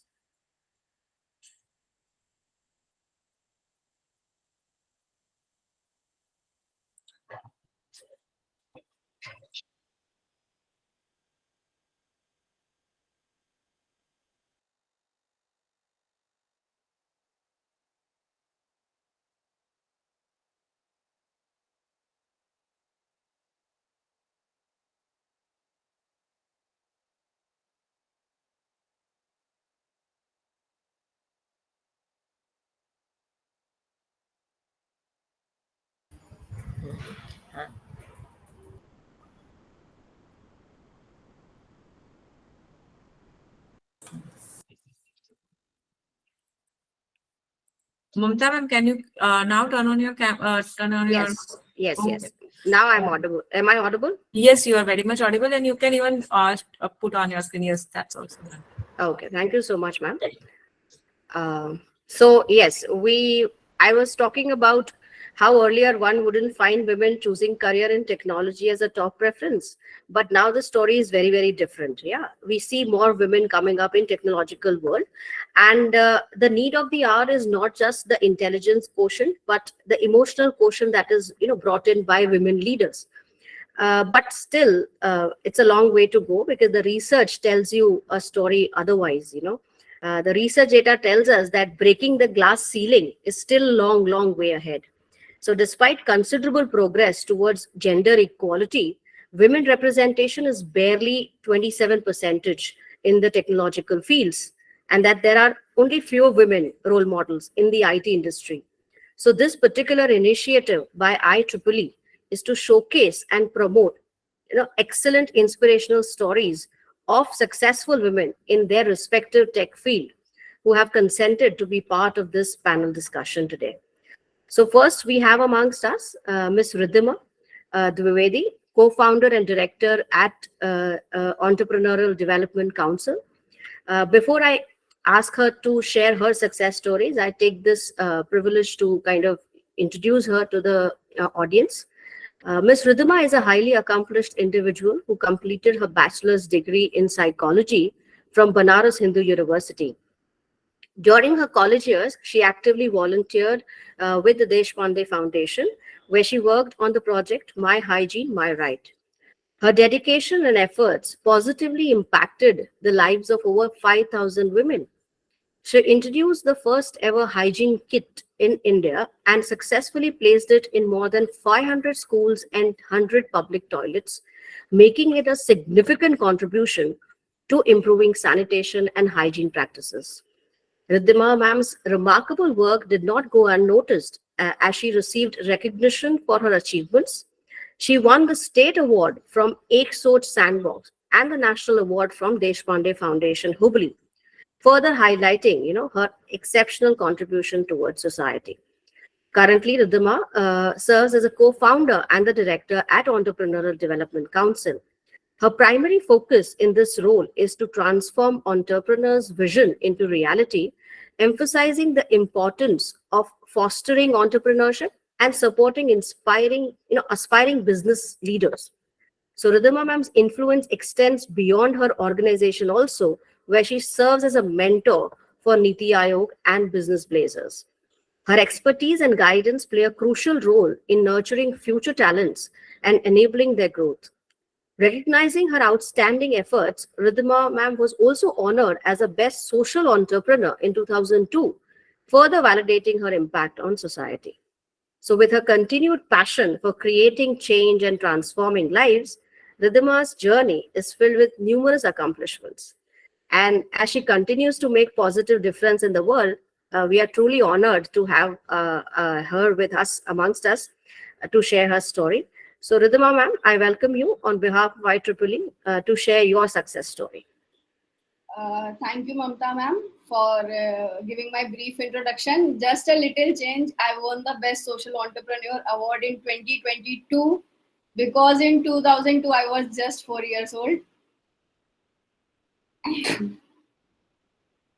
Yeah, so basically, if I talk about my success story, like all the other women or like all the other girls, I would say it just started from when I was 17 years old, because I did not belong to a very rich background family. My mother was the single earner in the family, and I was a brother and a sister. So, and also I was the first girl in my whole joint family to come out of their house and to study to some other places. Like, people are comfortable in Hindi, English both. Yes, please go ahead. Yeah, so like I was the first girl who came out of their house and who went to some other place for the further studies. When I was 17 years old and when I was in my first year of the college, so there were some basic needs ऐसी थी जो कभी शायद like I cannot say to my mother to fulfill them, but वो needs ऐसी होती हैं जो हमें शायद चाहिए भी होती हैं. तो for that I started working as a part time. मैंने part time job start की with some startups. So I started when I was in first year. I started as a content writer because somewhere मेरी English अच्छी थी और I was a good writer. So I started as a content writer. I started earning and मैंने hard work किया था and I worked hard this much कि in the third year of my college I bought my own MacBook. मतलब उन 2 साल में I bought my own smartphone, I bought my own MacBook. Then working with this startup मुझे ये समझ में आने लगा था कि जो हमारा स्टार्टअप्स हैं उनको ना सारी नीड्स नहीं मिल रही, बिकॉज हम भी जब स्टार्टअप के साथ काम करते थे तो हम ये देखते थे कि फंडिंग जब उनको उठानी होती थी या उनको जब फंडिंग के लिए काम करना होता तो बीच में बहुत सारे ब्रोकर्स होते थे, जिसकी वजह से स्टार्टअप्स को वो सक्सेस नहीं मिल पाती थी. अगर वो एक फंडिंग रेज कर रहे हैं तो उनका 35% ब्रोकरेज कट जाता था. तो इन सारी चीज़ों को देख के मेरे मन में हमेशा से एक ये विश थी कि हाँ मुझे कुछ ऐसा करना है समवेयर. तो इन बिटवीन दैट मैंने एक फाउंडेशन भी ज्वाइन की थी, that was Deshpande foundation, Hubli में है ये. तो इन माय कॉलेज वो आए थे तो आई जॉइन दैट फाउंडेशन. उस टाइम भी ये था ना कि मतलब बहुत सारे माइंड्स, बहुत सारे आइडियाज होते थे एंड एक स्टार्टिंग से चीज़ रहती थी कि जब हम पीरियड्स में होते हैं तो लोग बोलते हैं कि आपको चीज़ों को छूना नहीं है, आपको अचार नहीं छूना है, आपको ये नहीं करना है, आपको वो नहीं करना है. बहुत सारे मिथ होते थे. तो वो ना मुझे मतलब हमेशा अंदर से एक खुजली सी मची रहती थी कि यार ऐसा होता क्यों है. तो मैंने उसके बारे में थोड़ी रिसर्च किया, थोड़ा पता किया, तो मुझे समझ में आया कि पीरियड्स का जो टाइम होता है वो ऐसा क्रूशियल टाइम होता है कि अगर आप ज़्यादा काम करोगे तो आपको पेन उठेगा. अगर आप मसालेदार खाना खाओगे तो आपके बॉडी में ऑक्सीजन का फ्लो स्लो होता है, जिसकी वजह से आपको पेन होता है. तो ये रीजंस होता है जो हमें रसोई में काम करने से मना किया जाता है कि हाँ 3 दिन खाना नहीं बनाना है, बिकॉज स्टार्टिंग के 3 डेज आर क्रूशियल. इसीलिए मना किया जाता है क्योंकि हम वुमेन्स हैं. अगर आप हमको मना करोगे कि आपको अचार नहीं खाना है तो उसी टाइम हमारी क्रेविंग सबसे ज़्यादा होगी. तो इसीलिए मना कर दिया गया कि आपको अचार ही नहीं छूना है. प्लस इस चीज़ को क्लैरिफाई करने के लिए I started my project my hygiene my right. इसमें हम basically not only for the rural womens but also I work with the schools, because होता ऐसा है कि हम स्कूल जाते हैं. मैंने भी ये चीज़ अपने स्कूल में फेस की है कि जब हम स्कूल जाते हैं तो वहाँ पे अगर if we got any stain on our skirt तो हमें घर भेज दिया जाता था. तो I launch the first ever hygiene kit. Then after that, for my project, I worked with more than 300 schools. I transformed the life of more than 5,000 women and worked with more than 50 public toilets in Varanasi. For that, I received my national award from Gururaj Deshpande sir, Narayan Murthy sir, and Ratan Tata sir. After that, completing my education, I worked as a Chief Human Resource Officer at Connect India Solutions Private Limited. I was the youngest Chief Human Resource Officer because अपने startup में तो लोग CEO like chief executive post ले लेते हैं, but to work for some other company it is a big task. So they approached me to work as a chief human resource officer. I was just as the age of 23, and I worked with people starting from age 16 to age 55. I had that coordination. After that, I started my own venture, Entrepreneurial Development Council. हमारा जो venture है basically वो startups को promote करता है, startups को funding दिलाने में एंड बेसिक नेसेसिटीज में गाइड करने में हेल्प करता है. For this, I won Best Social Entrepreneur Award by Crazy Tales, and I was also awarded as Phenomenal She by Indian National Bar Association in this year, May 2023. My journey is not like मेरी journey कोई बहुत बड़ी नहीं है.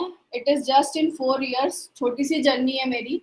But हाँ, in during this journey मैंने ये चीज़ें सीखी हैं कि आपका कुछ भी फैमिली बैकग्राउंड हो, आपका कोई भी एजुकेशनल बैकग्राउंड हो, अगर आप चाहो तो you can learn everything. I never belong from an tech background, but currently I am running an edtech and a digital media house. So it is just if you have that passion to run things. Like I'm not a very good speaker, I rarely attend any events, so maybe थोड़ा सा आपको boring लग सकता है. And अगर सबके कैमरे of होते हैं तो थोड़ा सा लगता है कभी कभी थोड़ा सा इंटरैक्टिव कम रहता है, बिकॉज मैंने ज़्यादा से ज़्यादा हमेशा फेस टू फेस इंटरेक्शन किए हैं. तो आई वुड जस्ट से कि my journey was not very, because अभी मैं बस 25 ईयर्स की ही हूँ, तो मेरी जर्नी अभी कोई बहुत बड़ी नहीं रही है. अभी मैंने बहुत सी सक्सेस नहीं अचीव की है जो मुझे अचीव करनी है, because I want to be like I have a dream to have my 20 floors office in Delhi. तो हाँ, शायद उस दिन मेरी जर्नी सबसे ज़्यादा सक्सेसफुल होगी जब मेरा वो ऑफिस की वो नींव रखी जाएगी. Apart from this, I would only say कि if you are passionate about anything, तो आपके घर वाले भी मानेंगे, बिकॉज मेरी फैमिली में everyone is from teaching background, whole joint family. तो उनको स्टार्टअप समझ नहीं आता है क्या होता है, but somehow I convince them, and या today I have also proved them. तो it doesn't matter from which background you are, it doesn't matter कि आपके घर वाले मानेंगे या नहीं. If you have passion, yes, आप उनको मना सकते हो. इफ यू हैव पैशन, आप कुछ भी सीख सकते हो. या that is from me.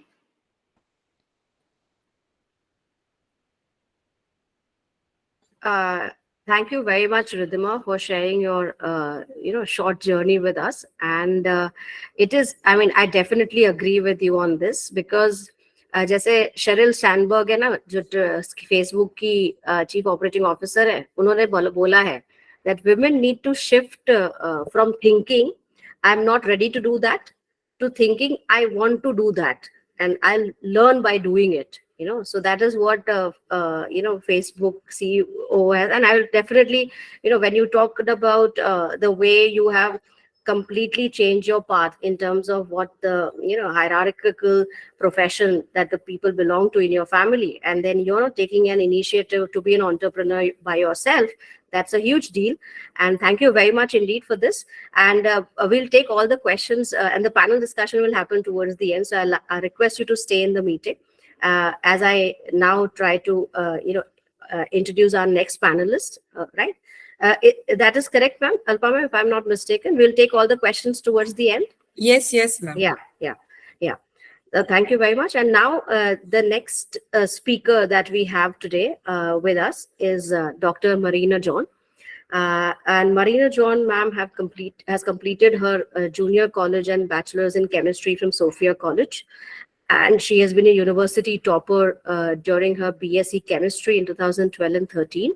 And also has done her master's in organic chemistry from the University of Mumbai, and top post-graduation too in the year 2015. She has authored several papers and reviews in international publication as part of her PhD program. And her core research areas are stereochemistry, organic synthesis and applications in sterile discrimination processes. Dr. Marina started her career as a research trainee in an R&D department in the flavor and fragrance industry, Oriental Aromatics Limited. Then she went on to do her specialty chemicals R&D and worked as a senior research chemist. Presently, she is working with Mettler Tilodo International Market Support Group as the product and application specialist.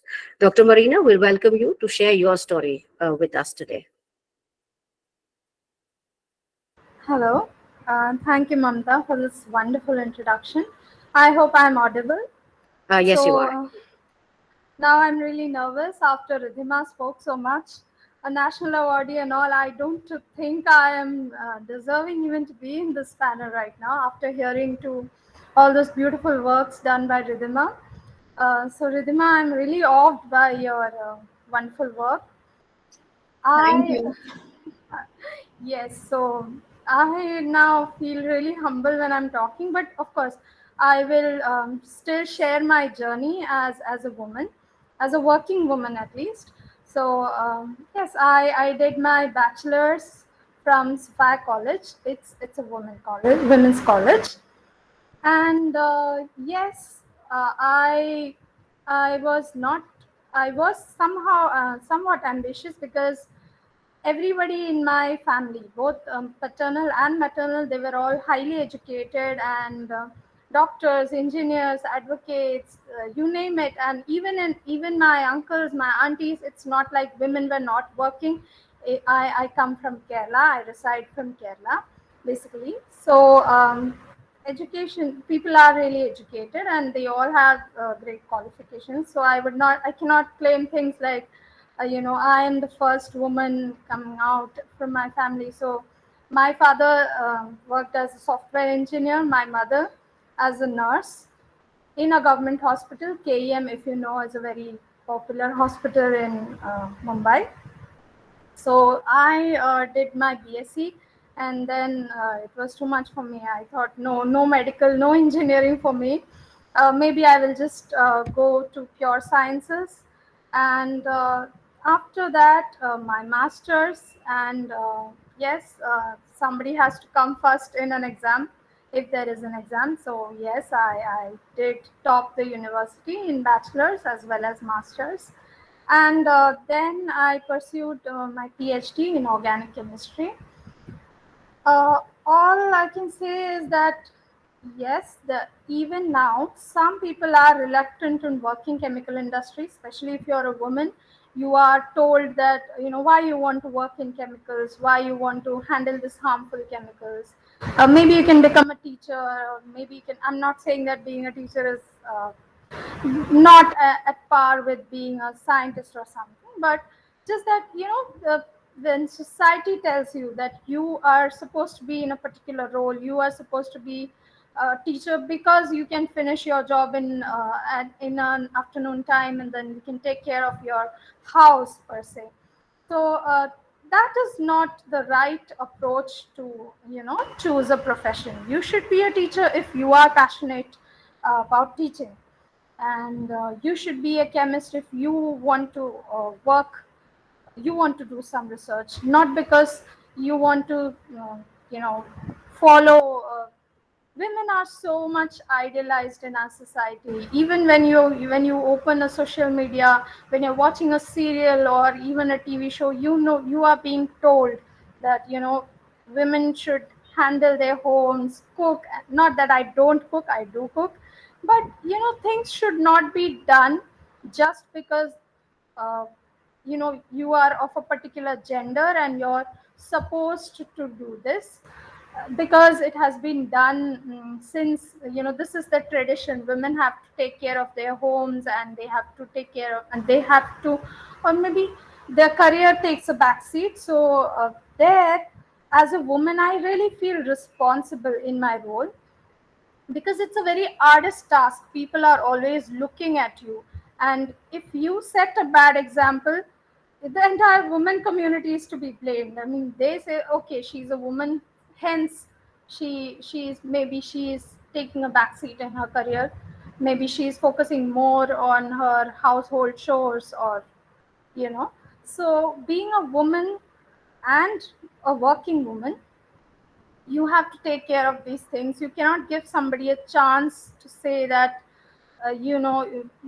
maybe you are a woman, okay, you don't handle bromine.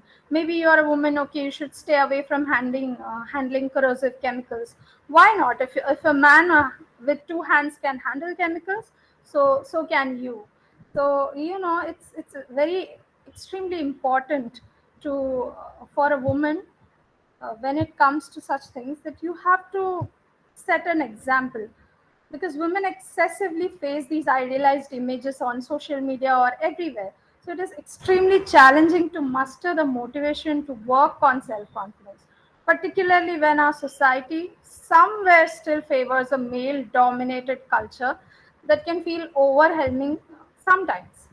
So I do my best to create an example where women feel empowered to, follow their strengths, and somewhere be a role model, in the sense that any task that you're given, you take it up and you do it as best as you can, as best as any other individual can, irrespective of whether he's a man or a woman. So yes, that's the beauty of it, that it also gives you some kind of rewards, that you have a sense of purpose. You have that joy that when you are in this kind of role models, when you are a senior research chemist, or when you are in such roles, that you are setting that kind of an example, that you are up to anything, that you are up to working with chemicals, you are up to leading a market group, or you are up to anything. And yes, I'm not against women doing homework or homely chores or anything. I do it myself. In fact, when we talk about equality, I think that you have to have all skills, irrespective of whether you're a man or a woman. You do everything, like you get up in the morning, you brush your teeth, you eat something, so you should cook also. You should cook what you want to eat, and you should rest, you should enjoy, you should do everything. Life, you should have a work life balance. So yes, that's all I want to say in this meeting. That when you're a woman, you have this additional responsibility that you shoulder, that you have to set the right example, because everybody is looking at you, and perhaps there is one young girl who will look at you, and who will say that yes, if she is able to do everything, then okay, maybe I will also do it. That's all from my end. Thank you. Thank you, Varina, for sharing your story with us. And I would definitely agree, and I'm sure the audience also would agree on this point, that interesting point that you raised, that being passionate about what you do, whether it is at home or at workplace, is more important than falling into the trap of stereotyping, which is dished out by the society around you. And of course, yes, charity begins at home. So yes, we have to strive for equality at home, and with the immediate family first, and then later on at workplace. Yeah. So thank you very much indeed for your story. And now we have. I would request you to stay in the meeting for the panel discussion ahead. Yes, Mamta, sure. Yeah, thank you so much. And now I would like to invite yet another speaker, Ms. Purvi Pandya. So Ms. Purvi Pandya is the CTO at Encrypted Technologies since January 2012. After completing her graduation in computer engineering, she worked with Infosys, an Indian global technology services company, as a senior software engineer for 3.5 years. She also has a work experience with Acer Information Technology Limited as a lead technical consultant for a period of 1 year in the fintech vertical. Over these years, she got exposure to working with Hyperion, Baker Hughes on financial technologies, data science, and analytics. With her experience spanning more than a decade, I mean, she's now leading Encrypted Tech Front and offers her valuable guidance and leadership to the company. Purvi ma'am's role in the company is to assure the successful execution of the company's business mission through development and deployment of company's digital presence. Purvi plays a key role in pre-sales, business analysis, development, and delivery of key customer accounts. This requires envisioning of the customer service offerings as a business leading implementation of enterprise, cloud, and software applications, and planning for risk and growth. Thank you very much, Purvi Pandya ma'am, for joining us today. And I welcome you on behalf of IEEE to share your story now. Thank you. Thank you so much, Mamta ma'am. Hello, everyone. A very good evening to all of you. I first of all thank IEEE for inviting me as a panelist and giving this opportunity to share my journey with all of you. I would also like to congratulate my fellow panelists, Ruddima and Marina, for the achievements they have had in their respective fields, and really wish them and all the fellow members, all the participants in this group, very good luck for your future journey. As rightly said by Dr. Mamta Pillai, like we have been seeing many women at good positions in corporate companies nowadays. And what I strongly believe at this stage is in this era of equality, when we talk about gender equality, if we talk about a couple of decades back, it was more into your physical strength, but right now it's more into your psychological and emotional strength. And I would proudly say that women are way more stronger in when it comes to psychological and emotional parameters. I shall definitely give a brief about my journey, but like my journey is around 20 years, 2 decades. I might take a bit longer than my fellow panelists. I hope you are not going to get bored listening to me. Um, Before I start my journey, I quickly give you a brief about what my company does, so that you just have an idea that from where we all started and where we are right now. We are a software company. Encrypted is a software company. We established this in 2006, and we have around 17 years of experience in the industry. We deal into two segments, which is products and services. When we talk of products, those are the ready to launch products which are generally used by startups to launch their business and go live into the market with less investment. The industries that we cater to are fintech, education, travel and hospitality, on-demand services, which everybody would be aware of, like Uber, Swiggy, professional networking, etc. And when we talk about services, we work on the custom projects based on the client's requirements, keeping in mind about their target audience. And we deal in web and mobile app development projects, both, and also the software projects. Our involvement starts at the very early stage. It's not that we just focus on the development. We start from the requirements gathering to analysis to concluding the project scope, design, development, QA, and the maintenance as well. Apart from this, we have one more business vertical called Startup Guru, which we have recently launched like just 6 quarters back. And that is an online incubator program for startups. We assess the startups in their journey from their idea stage to product to go launch stage to the funding, where we help them in the entire 4 stages during the weekly coaching calls, one-to-one handholding, and guiding them at every stage. Encrypted has its foreign subsidiaries in 4 different countries apart from India. We have in Finland, Germany, the UK, and the USA, with 18 plus consultants working with us in these regions. And in India, we have offices in Rajkot and Ahmedabad locations with a total team strength as of now as 150 plus. So this is just a brief of what we are today right now. I have tried to kind of summarize in a very short way of what we have done in the past 17 years. Now, how we could achieve this? Now, obviously, every story, be it a success, be it anything, is backed by a story or backed by a journey. So I'll quickly brief about where it all started. Like Ridhima said in our discussion that I also belong to a very lower middle class family. My family had been very conservative and orthodox, so it was very difficult for my parents to make sure that I get the best of the education.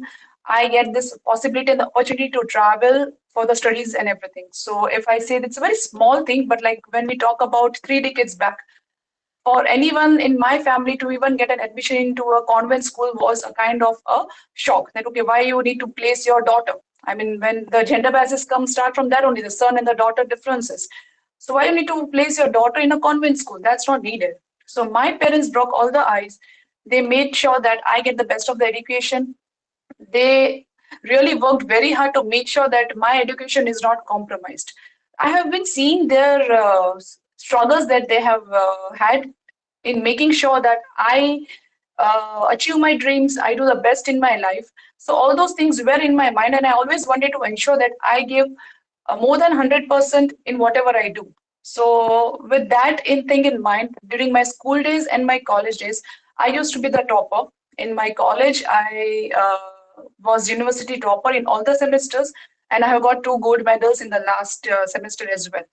So I really wanted to ensure that whatever sacrifices, whatever struggles my parents have made to breaking all the orthodox thought process of my family, I want to make sure that their dreams and my dreams come true.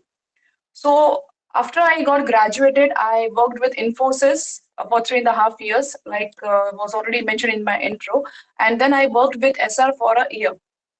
During this time, obviously, I reached at a stage wherein the matrimonial discussions get started, and my husband already had his IT company. I mean, he just started a couple of years back, and that time it was a discussion that whether I should continue working or I should join the business. And fortunately and thankfully, my family, when I talk about my family, my in-laws, my husband, they were very supportive in making sure that I take the decision myself, and I chose to continue working as an employee, not join the business.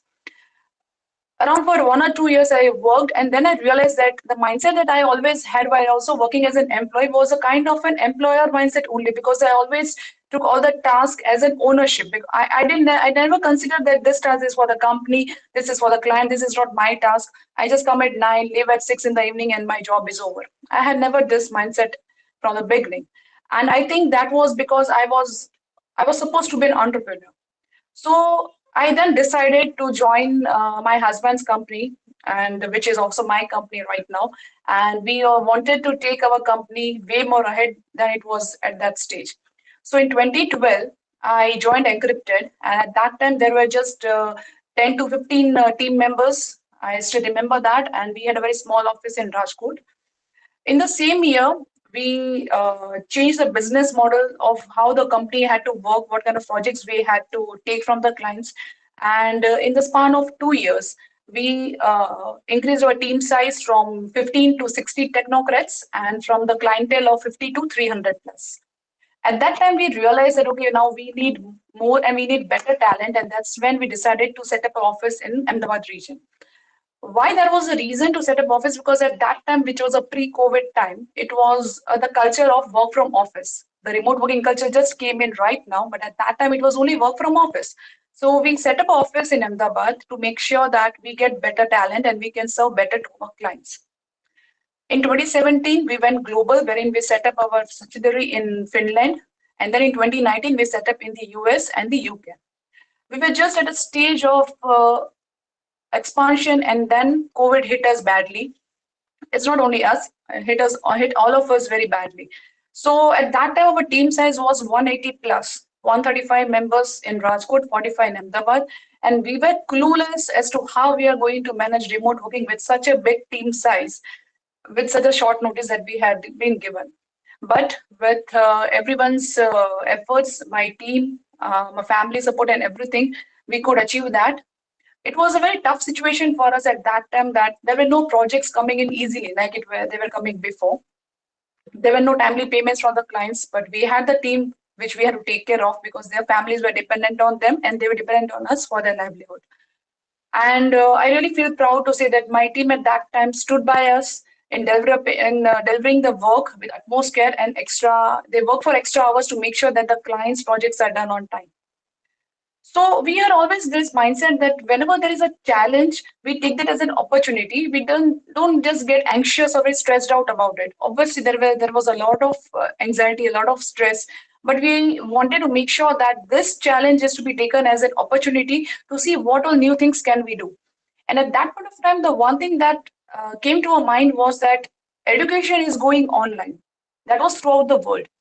So we decided to embark into a new journey of developing a edtech platform. So we created our own in-house product, which is similar to Zoom. And we tried approaching different institutes, education institutes, to offer them our solutions. And one of the customers that we have had, initial customers, was GEMS Education, which is the leading education institutions in the world, that is based out in Dubai. So that push was very important for us to make sure that we start working with enterprise clients only and not only startups. And along with this diversity in the clientele, we also had got the diversity in the talent pool, because with this remote working culture, we could hire team members from outside of Gujarat. I mean, there was no necessity of hiring only the locations where we had the offices. So we had resources from Mumbai, Pune, Delhi, Bangalore, from wherever. We just wanted to focus that the person has to be talented, person should have enough skills to work, and should be a team member. And with this remote working culture, we have seen a huge increase in the team productivity. So if I just look at the past 3 years and not the entire journey, I really feel that the COVID has really proved to be a blessing in disguise to us. Obviously, there were a lot of setbacks and business losses, but there was one thing that we had considered is that entrepreneurship is like a marathon. It is not a sprint that you have to just run fast. You have to maintain your pace. So what we decided that we have to stay very strong, stand strong, and let this phase pass, and then we can obviously embark in the expansion process. And that's how we are uh, here. And with our perseverance, with our dedication, we have come out of that difficult phase very gracefully. This was about my professional journey. Talking about my personal life, I have a daughter. She is 9 years old. And as a mother, I mean, you have a lot of things going on in your mind that, okay, if she is doing well, she has eaten or not. Because the time when she was just born, I had sorry, at the time she was just born, I was very much occupied into the transition phase that our business was going on, so I could not spend much time with her. But the one thing that I always had in my mind, and I always talk to my friends or who are just very much concerned about their children, I said that you work harder in a way that one day your kid should say that, okay, that's my mom and how wonderful she is and what all things she has done in her life. So your kid should be proud of you. Your kid should really be seeing you as your role model. So one more thing I would like to say before I just end it, that my family, when it comes to my family, my in-laws family and my husband, they have been very supportive to me since more supportive when I became a mother. And when we talk about household duties, we are not focusing on gender biased duties. Like rightly said by Marina, that see, cooking, cleaning, all those stuff, I also do. My husband also does the same thing. We don't distribute the duties based on the gender. We distribute based on our availability. If I have got a meeting, he helps my daughter in getting ready for her school and all those stuff, and vice versa. And if there are some tasks to be done, which are like say paying bills or giving my cars for services and whatever sort of thing, everything is decided based on our availability to make sure that our work is not getting affected. And this entire journey that I have had for the last 2 decades is, I would not say it's just because of me or my hard work, my dedication.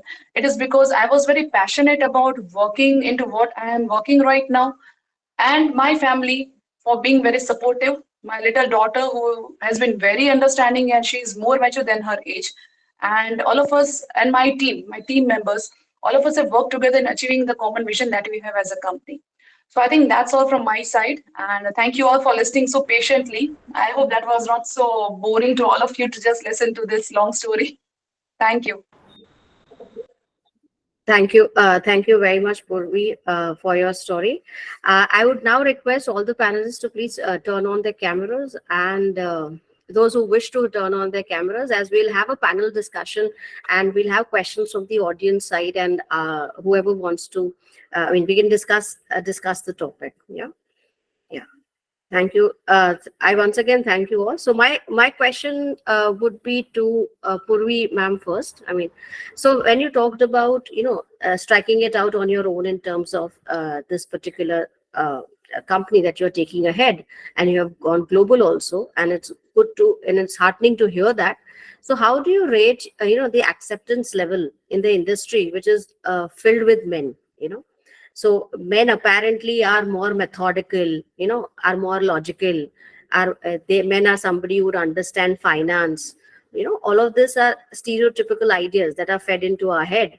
So how do we, I mean, as women, make our presence felt in the industry which is so male dominated? Is my question. I mean, Okay. to Purvi ma'am first, and then others also may want to take that up. Sure. So, what I personally feel is like, obviously, the when you talk about the corporate culture, when you talk about the events that you attend, the ratio of men versus women is quite huge. You see very less women attending the sessions. events, and there has always been this stereotypical thing that men are more logical when it comes to finances. But I would say that it's all about your passion. If you are very passionate about what you are doing, because if you, let's say, if you ask me personally, I have been very poor at arts, but I have been very good at math. So, as a stereotypical thing, the woman was supposed to be good at art and not good at math. But I was a different personality from the beginning. So, I would say that it is about what you have in you as skills, is how you can just brush it up and take that ahead. So, one thing that I would always I advise to my other women also, that don't let this stereotypical mindset affect your confidence. Trust yourself, trust your capabilities. If you see that okay, you can do finance very well, go for it. Forget if there is a male dominant society or a female dominant, or there is equality. You like finance, go for it. You do not like it, look for a person who can handle it well, and you focus on what you can do better. So it's always about follow your working where you are more passionate about. That is what I would like to say. Yes, and we have one more question coming up from our audience. Ingita Jain asks us, how do we bring young girls to STEM? Any panelists would want to take that up? How do we bring in more girls to STEM?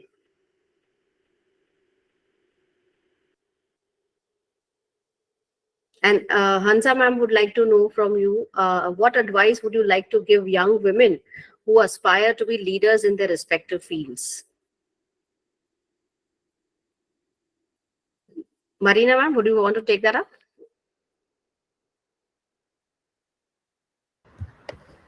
In their respective fields, like I would say, Purvi, you're very fortunate to have wonderful in-laws, a supportive husband. So yes, you need to first of all surround yourself with people who are not who don't weigh you down, who push you rather, and cut off from that negativity from those people who tell you, you can't because you're a woman. At the end of the day, you just have to take care of your house. Even if people, like, I'm also married and I have a very supportive husband, very supportive in-laws, everything. So yes, that's marriage is a very big gamble, and you know but if your family is supportive, great. But you know that it's a harsh reality that all Indian households are not like that.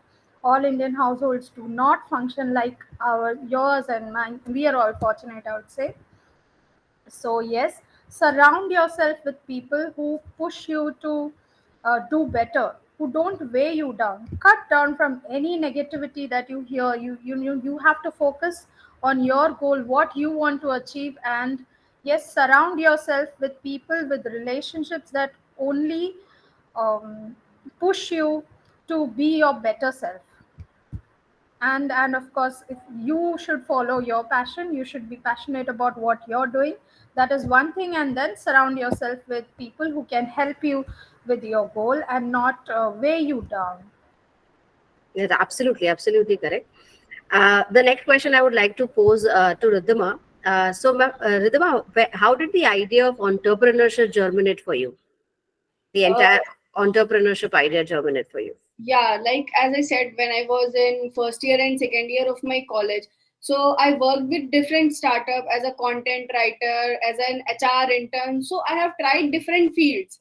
Like when I was in class 12th, firstly, like when I was in class 10th, so I was not very good in studies. I have never been good in studies. I think I scored 18 out of 100 in maths. And when my maths teacher suddenly came and said कि ए तेको 11th में maths और science नहीं मिलेगी, कम पढ़ने वाले बच्चों को नहीं मिलती है. I belong to an ICSC board. I've studied in Ryan International School. So at that time na, it hurted me. That month was January and it hurted me कि ऐसा कुछ नहीं है जो मैं नहीं कर सकती हूँ. And in those 2 months, like my exam was in March. And in those 2 months मैंने पूरी बुक पढ़ ली. पूरी बुक को मैंने ऐसी तरीके से पढ़ा कि I scored 88 out of 100 in my boards. And then again when I took science, like I had computer science, physics, chemistry, math and English in my 12th. So I studied that, but somehow मुझे वो vibe नहीं आई. I want to become an IAS till class 12th. Because मुझे हमेशा से ये चाहिए था कि I want to be the powerful person. I always had that wish कि मुझे सबसे powerful बनना है. तो somehow when I came to college, I worked with different people, I met different people. तो I understood that कि नहीं, IAS के ऊपर भी कुछ होता है, and there I got to know that industrialist is the most powerful person. So from there onwards, I thought to bring some change because कहीं ना कहीं हम जो भी काम करते हैं, हम change के लिए करते हैं, but अगर उससे हमारा satisfaction नहीं होता ना, तो हमें उस काम को करने में मन नहीं लगेगा. I want to bring the change, but from myself first. तो मुझे वो पावरफुल पर्सन बनने के लिए I switched my field, I studied psychology because मुझे लाइक ह्यूमन बिहेवियर पढ़ना पसंद था. तो मैंने I chose psychology in my bachelors. फिर then I left studies. I got admission in LLB in Delhi University, but after first year of college I left because I started working and I loved that.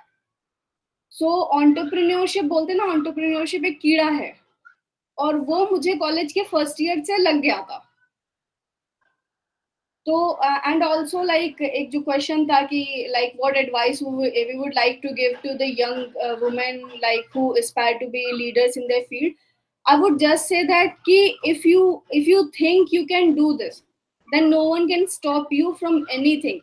Because being from like when you are belong to a family जिसमें सब teacher हो, तो my mother also wanted me to become a teacher because उनको ये लगता है ना कि टीचर की जॉब एक वुमेन के लिए सबसे अच्छी होती है. आप मॉर्निंग 7 या 8 AM पे जाते हो, 3 PM पे फ्री हो जाते हो, उसके बाद you have enough time to give it to your family. अभी तो ठीक है, शादी के बाद क्या होगा. तो all those things were there. तो being from that family, switching background to be an entrepreneur and to be a like 24/7 working. Currently like we are working 24/7. We are having meetings at 3 AM in the morning, disturbing the whole family, shouting at employees, sometimes our seniors shouting at us. So my advice would be this: if you have passion and if you want to change something in yourself, no one can stop you. True. So one more question we have from Hansa ma'am. How can mentorship and networking opportunities, specifically can be tailored for women? So my question again would be to all the three panelists. So when we talk about upskilling of women, upskilling of this particular gender, how do we do that? How can organizations help in doing upskilling of women in the digitized world?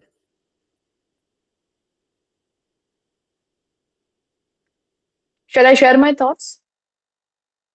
Please go ahead. Yeah. So when we say that how we can bring in this mentorship and networking opportunities to the woman, I would first want to not advise, kind of sorry for using this word, command to the woman out there that be confident about what you want to do. Why you would be focusing on the opportunities that are coming to you? You have to create your own opportunities. You have to be you have to go way out of your comfort zone and look for things, or do the work that really motivates you in moving forward, that you really love doing that.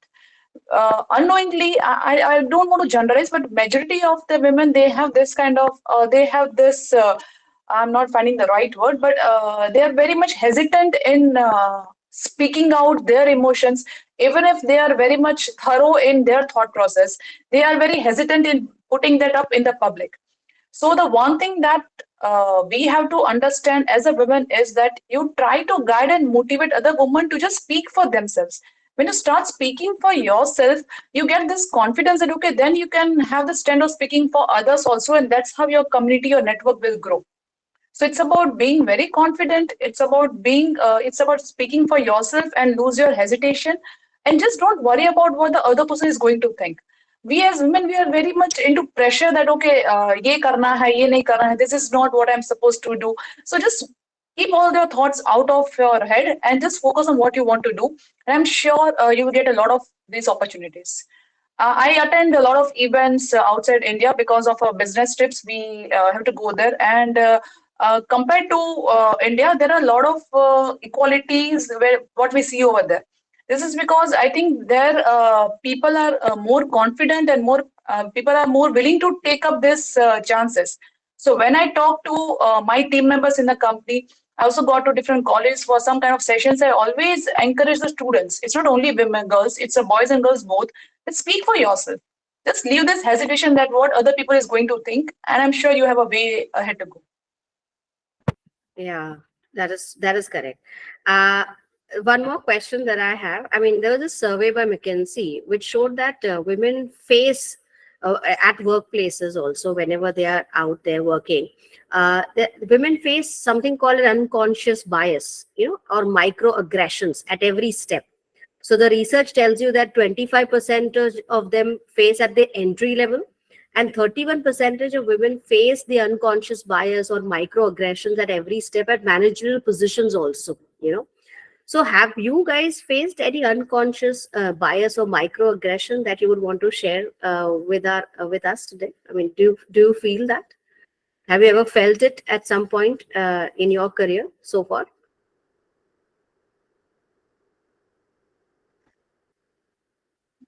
Talking about me, fortunately, I did not face this, but I have rather encouraged that in my team that the team members that I have the senior position in my company as of now, the senior most team member is a lady. She is our general manager and working with us since more than 12 years, even before I joined Encrypted. So this is what we always promote that be it a man or a woman, it all depends on what kind of talent and what kind of skills you are having that takes you to that higher position. It's not your gender. Yeah, obviously, as a woman, we have a lot of things, a lot of responsibilities back home. When you become a mother, when you embrace motherhood, there are a lot of things that your child will need. But you have certain options available in terms of leaves and everything. So, if you are very confident about putting in your best to the company, once you return to work, I'm sure the companies is also going to make sure that they don't show this kind of bias in terms of gender for any kind of senior positions. So that willingness also has to come from a woman that okay, I really can do my best and I don't have this any kind of force which is pulling me back in going forward. Right.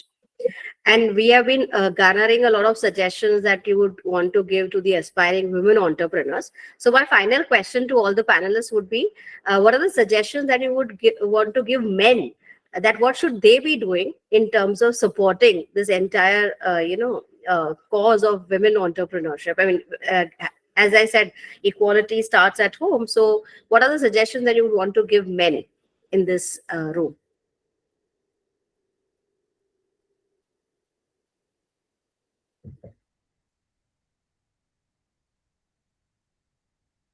Anybody would want to take that up, or I'll I mean, I'll Okay, just, okay, maybe I'll take it up. yeah. I think men should also have this skill sets like Purvi said that she in her home there is no gender based duties or roles. Uh, I think I mean just to be very generalist, I think women are brought up in such a way that you need to know this, you need to know this, need to know how to cook because when you go somewhere, what will you do? You need to know how to stitch, you need to know how to clean, you need to know somewhere this is in a very lighter way. I'm saying that somewhere in India our boys brought up in a way in a correct way. I mean, are they brought up with that kind of skill sets? So then they themselves should try to have those skills where they are not entirely dependent on. Now women may not be dependent on them financially, right? So they should also not depend on, nobody should depend on nobody for that matter. Nobody should burden a certain gender for any matter. So even when you have a partner who is working, who is financially independent, you should look at it in a way that okay, she is my partner and she is going to share a burden with me. I should also share some kind of, we should share responsibilities and not, sometimes it looks like to me like a man who earns really well. My colleague whose husband is a vice president in a bank. So maybe you don't need to work because I earn really well. So I don't understand these kind of conversations, because you have your own career, she has her own career. Okay, maybe she doesn't make as much as you do, but she is trying to shoulder a responsibility, right? I mean, you should not take it like that. First of all, why marriage is such a big fuss in Indian household? Marriage is the ultimate aim of everything. You should become a doctor because you should get married to so and so. You should earn so much because you should. So, for men, I would say you inculcate some kind of skill sets, that you're not totally dependent on a woman for to feed you, for example, very basic things, to wash up things for you, things like that. So yes, and you appreciate when you get a partner who is trying to shoulder a financial responsibility with you. You encourage that, so that you also don't have this unnecessary burden of being the breadwinner of the house. Okay, I have to do this, I have to buy a house, I have to feed people, I have to. So your burden um, is shared. When you try to, if the 50% of population in your country is weak, is trying to be dependent on you, it means you are having that extra burden, you're taking that extra burden, that extra mental stress. Relieve yourself of that by encouraging your other half or your partner or females around you to shoulder some responsibility, some kind of burden, so that you also have that uh, what I should say, basically there's no burden on anyone when everybody is trying to shoulder all responsibilities equally. So yes, inculcate skill sets which you may not have been taught in your households, that you need to know this, you need to know this. Why when my sister knows something, I should also know? It should really be in the upbringing to be fair enough. They are not brought up in a certain way to think like that, but yes, they need to inculcate some. I'm not saying all men don't do anything, or just to be sure that there is no gender based roles anywhere. Do not encourage it anywhere. Yes. Well said, Marina. Well said. Really appreciate what you just mentioned. It is about the equal opportunities that we start at home itself, right? So with this, we come to the end of this panel discussion. And as you know, the CEO of YouTube has said that if women do not participate in technological world with its massive prominence in our lives and society, we risk losing out on many economic, political, and social gains that we have made over decades.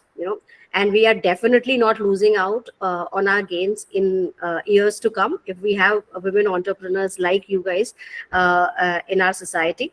So thank you very much indeed once again, Ms. Ridhima Dwivedi, Dr. Marina John, and Ms. Purvi Pandya, for sparing your valuable time with us today and to be part of this panel discussion on Women of Wonders Meetup session, Women Leading Technology, organized by IEEE, Signal Processing Society Gujarat chapter.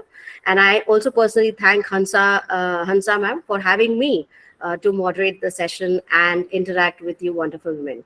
Thank you very much. Over to Alpa ma'am. Thank you.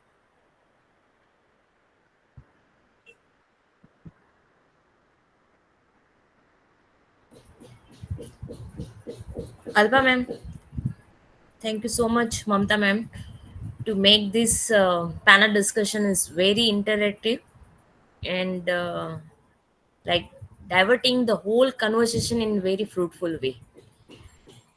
Ma'am, we would like to present e-memento to all our panelists. Ms. Purvi Pandya. Tejal ma'am, can we have the e-memento? So we thank you, our panelists, for sparing their valuable time and sharing their success stories. Yes, it is indeed very inspiring, and the need of our that we as women understand our responsibilities, understand our importance in ourselves first, and then we try to inculcate. It is just a very simple thing. If we don't give importance to ourselves, nobody is going to give importance. So you all panelists have wonderfully explained, you all have shared your success stories, and it was really very interesting to know that each one of us have some small flavor which adds to the beauty of the entire discussion. And yes, it was very indeed a great session. And I would like to just add one more thing which I think is very necessary, that women should keep themselves fit, right? Because it is very much important that if you take care of yourself first, you'll be fit enough to take care of everyone. So on that note, I thank you all the panelists, Dr. Marina June, Ms. Purvi ma'am, and Dividya ma'am. And I also thank our moderator, Mamta ma'am, for sparing her valuable time. A big round of applause to all of you. You are really all wonder of women, and we are so proud that you all are here today on us. Even we have joined online, but it was indeed a great session, very meaningful. And even after our so long journey, I was really inspired with all the discussion that happened today. Like, okay, I didn't wanted to miss. I was driving back, but okay, I didn't wanted to miss a single bit of it, and I really enjoyed each one of it.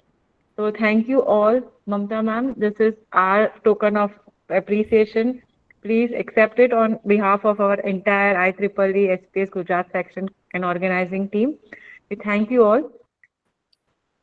Thank I you. may we all request all the participants, all the panelists, all the organizing team that has joined the event to switch on the cameras. We can have one nice online group photo that will be in our memory. And participants, please fill the feedback form. The link has already been shared in the chat boxes. Also, I accept my sincere apologies. Today, due to unforeseen reasons, we had some disturbances that were coming in. And trust me, I am still getting requests. We as a host, Sejal ma'am and me are as a host, we still are getting requests every other minute for some XYZ nuisance to join the meeting, and we are not allowing it. So participants, if your friends have joined if your friends have not joined today, but if they want to join tomorrow, we are thinking that we'll have a new meeting link, because this meeting link seems to be compromised, and tomorrow we don't want to waste our energy and the entire flow because of this, right? So that's a small apology. We have both the ways, technology at its benefit and at its a cost as well. And this is just today's example. Thank you all. Tejal ma'am, are we ready for the group photo? Okay.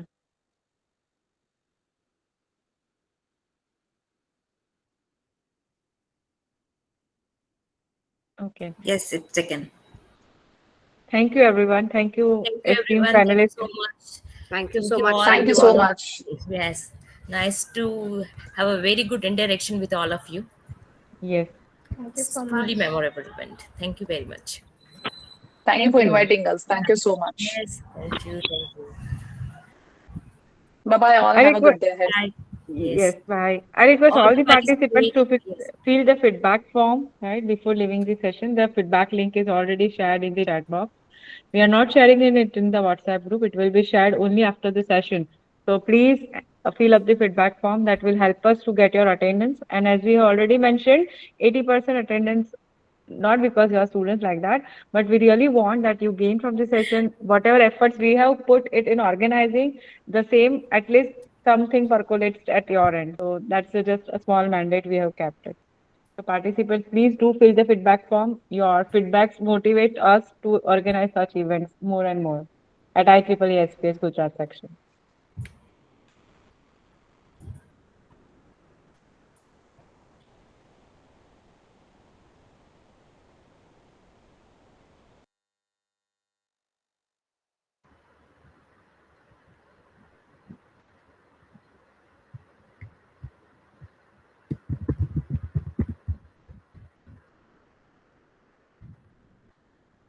So we're good to leave, right? Yes, Purva ma'am. Thank you so much. Okay, yeah. Thank you. Bye bye. Bye. Thank you.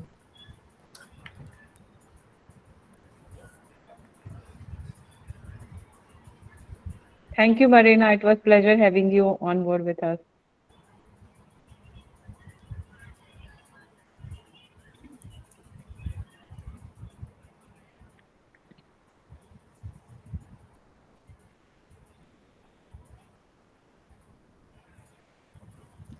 We have shared the participation ID in the WhatsApp group for each and every one.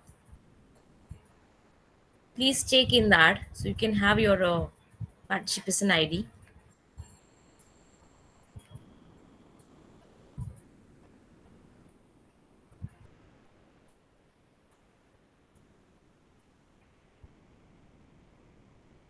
Ma'am, I have joined the group late, so I haven't received the participation ID.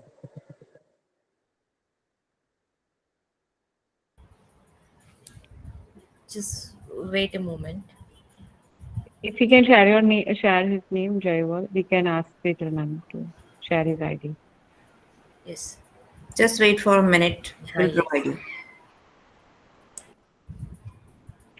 Tejal ma'am, just put the PDF again in the WhatsApp group. Okay. Yes, reshare the PDF again in the WhatsApp group. So maybe that helps. We hope all the participants have clicked the feedback link, right? We're about to end the session also.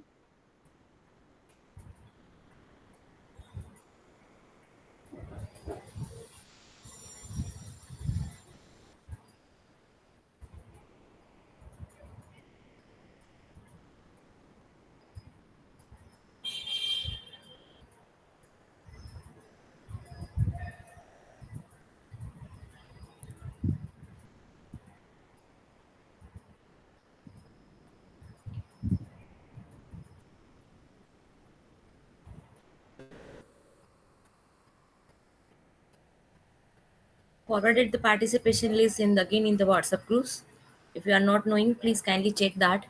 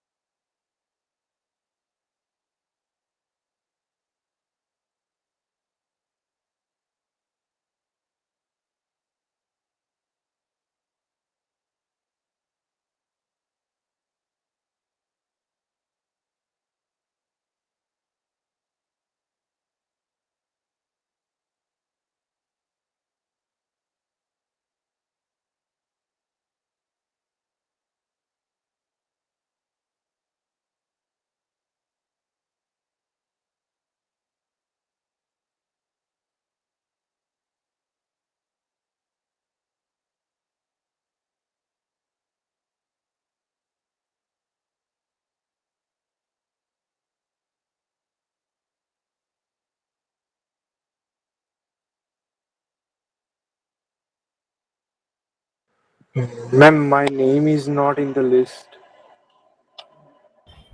Jewel, just 1 minute, Peter.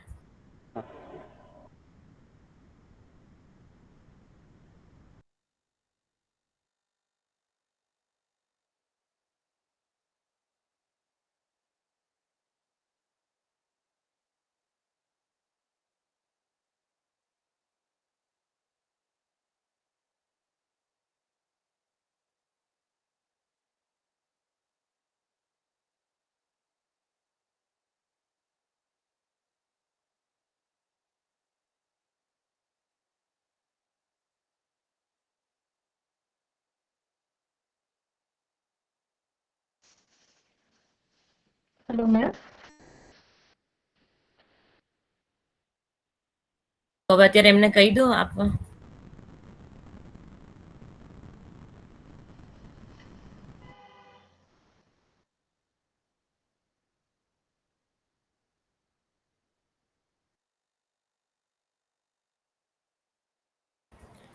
Jewel, are you in the WhatsApp group? Yes, ma'am. Yes, ma'am. So, in that particular list, your name is not there. No, ma'am. Have you Priyanka, registered today only? Yes, ma'am. Today in the morning only I registered. Okay, so before that, that IDs were created. So we'll create your ID and update you in that WhatsApp group only, right? okay. Yes, yes. Okay, ma'am. Yes. It's fine if you ma'am in the मेरा भी first feedback ID if you're नहीं not है अभी। mentioned and mentioning the second one. Ma'am, you also join in the morning? नहीं मैंने तो नहीं तो Otherwise, कल भी what the person who have joined previously, we have assigned the ID to all the participants. Only the person आपने who have registered in the बहुत morning itself is not having ID. Remaining all ID are. WhatsApp पे किया है आपने Yes, I have shared in the WhatsApp group. WhatsApp I've group shared. में है Yes, I have shared in the WhatsApp group all participation IDs. मैं अभी WhatsApp group में नहीं हूँ मैम तो अभी Uh, मेरा आईडी कहाँ से okay. मिलेगा मैं I need to check then. It's a, just a minute if I can find. Otherwise,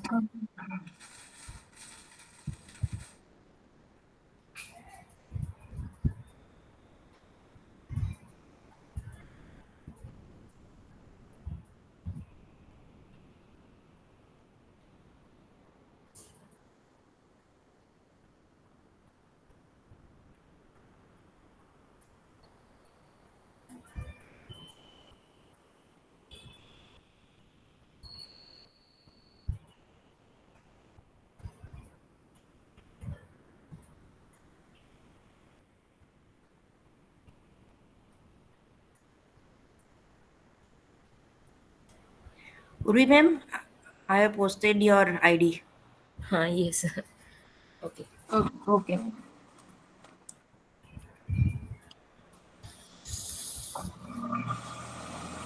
okay ma'am thank you Yeah, welcome. Jaivel, we will update you on WhatsApp group. Okay, ma'am. No problem.